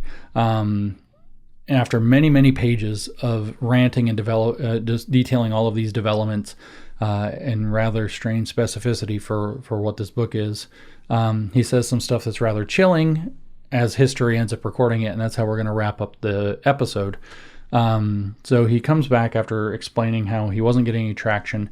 And like I said, the crescendo is the big meeting that they had on February 24th, 1920, where he gave this great speech, delivered the 25 points that had brought him into the party in the first place. And when he did, he left knowing that he had a mass crowd of a few hundred that was going to be the seed that created the Nazi movement. So here's how he describes that part. And I'm skipping some of the details. During those years, he says, I saw dozens of new movements come and go without a trace. Only one survived, the National Socialist German Workers' Party. Today, more than ever, I am convinced that even though people may fight it and try to paralyze it, and that petty party ministers may block our free speech, notice the appeal to free speech, it does not matter because they cannot prevent the ultimate victory of our ideas. There's that same woke right overconfidence. When the very names of the current state administration and parties are forgotten, the foundations of the National Socialist program will be the basis for a future state. Well, you went down in history, didn't you? So moving on to that, he then gives a few pages of description of the real start with the event on February 24th, 1920, how he did all the organizations himself, he got all the decorations and the propaganda in order and blah, blah, blah. And then he says, after the first speaker had finished, I took the floor. Within a few minutes, there was a flood of interruptions from shouts, and there were violent episodes in the hall. A handful of devoted war comrades and other followers removed the troublemakers and gradually succeeded in restoring some semblance of order. I was able to resume speaking. After half an hour, the applause slowly began to drown out the yelling and the bellowing. Now I took up the task of explaining our program for the first time. As the minutes passed, the taunting was drowned out more and more by shouts and applause. When I finally presented the 25 ideas point by point to the crowd, asking them to make their own judgment on each one, they accepted one after another amid growing cheers, unanimously and unanimously again. When the last point had found its way to the heart of the crowd, I had in front of me a hall full of people united by a new conviction, a new faith, a new will. After almost 4 hours, the hall began to empty. The mass of people rolled, pushed, and crowded shoulder to shoulder like a slow river to the exit. I knew they were going out into the German people and spreading the principles of a movement that could no longer pass into oblivion. A fire had been started, and from this flame, a sword would someday be forged that would win back freedom for the Germanic Siegfried and life for the German nation. There's an editor's note here. Siegfried is both a German male name, meaning peace by victory, and an opera by Wagner, where a strong sword is forged and the main character is named Siegfried. It also means the average man or German John Smith. I'll do the beginning of the paragraph again without the note. A fire had been started, and from this flame a sword would someday be forged that would win back freedom for the Germanic Siegfried and life for the German nation. In step with the coming revival, I could feel the marching of the goddess of revenge, who would bring vengeance for the treasonous deed of November 9th, 1918. And the note here is that was the abdication of Kaiser Wilhelm, the end of the German Empire, and the beginning of the Weimar Republic. The hall gradually emptied, Hitler says. The movement had started. And so that's the end of Volume 1 of Adolf Hitler's Mein Kampf, put together with the so-called 25 points of their program, so you can hear what the Nazi experiment was really about, how it developed. And there you have it. It was a totalitarian state. It would have a fake religion that was going to be used to transition people into a fanatical belief. It would be anti-intellectual because intellectuals could call their bluff. And it was going to be focused on the racial purity of the German people with absolute intolerance, down to the point of people being violent for it, and sacrificing their own lives in the name of it and for its aims. No sacrifice will be considered too great. So it was a fanatical movement. And if you heard in those pages echoes of what's happening in the world today, and I don't mean from the woke right who've taken up with this cause knowingly or unknowingly, in some respects, many respects, way too many respects. I mean in the sense that Hitler's complaints describe similarities in the world that we have today as well. I remind you that this is the point of the podcast series. The Nazi experiment was an experiment to address those problems, and it was one of the grandest failures of human history. We must not repeat the Nazi experiment. We must not go this way. The people already involved need to realize the evil that they are involved in, as fanatical as they may be, and they need to come down off the high, and they need to join the fight against such a fail solution. It will not work this time. Socialism cannot be corrected by nationalism. Socialism sucks. Socialism will never work. And if you're listening to influencers who are telling you otherwise, if you're listening to influencers who are telling you that Hitler wasn't as bad as he was, or that World War II was more complicated than you think, you need to stop. I mean it. Draw a line. You need to stop listening to that shit. You need to cut those people out of your media life. I'm not saying that you need to cut friends out of your life. I'm saying you need to stop listening to people who are drip feeding you poison. And if you don't believe me that it's poison, come read this for yourself. See that they lie to whitewash his legacy and see how evil it is for yourself. The book is available for free in PDF online. Just search. And when you see that these people are leading you into the greatest failure you could imagine, into actually, if you want to know what they're really leading you into, there's not going to be an American Nazi experiment in the sense that there was a German Nazi experiment.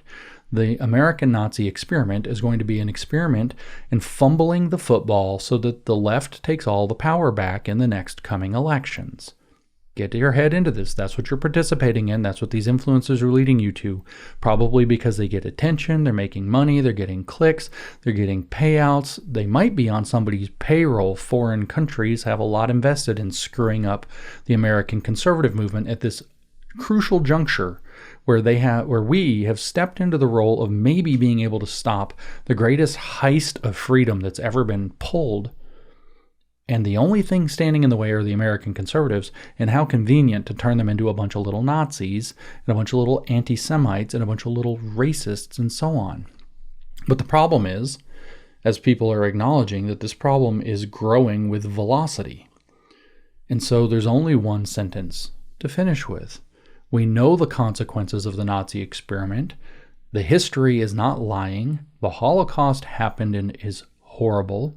It is as real and awful as advertised, if not worse than the imagination can contain.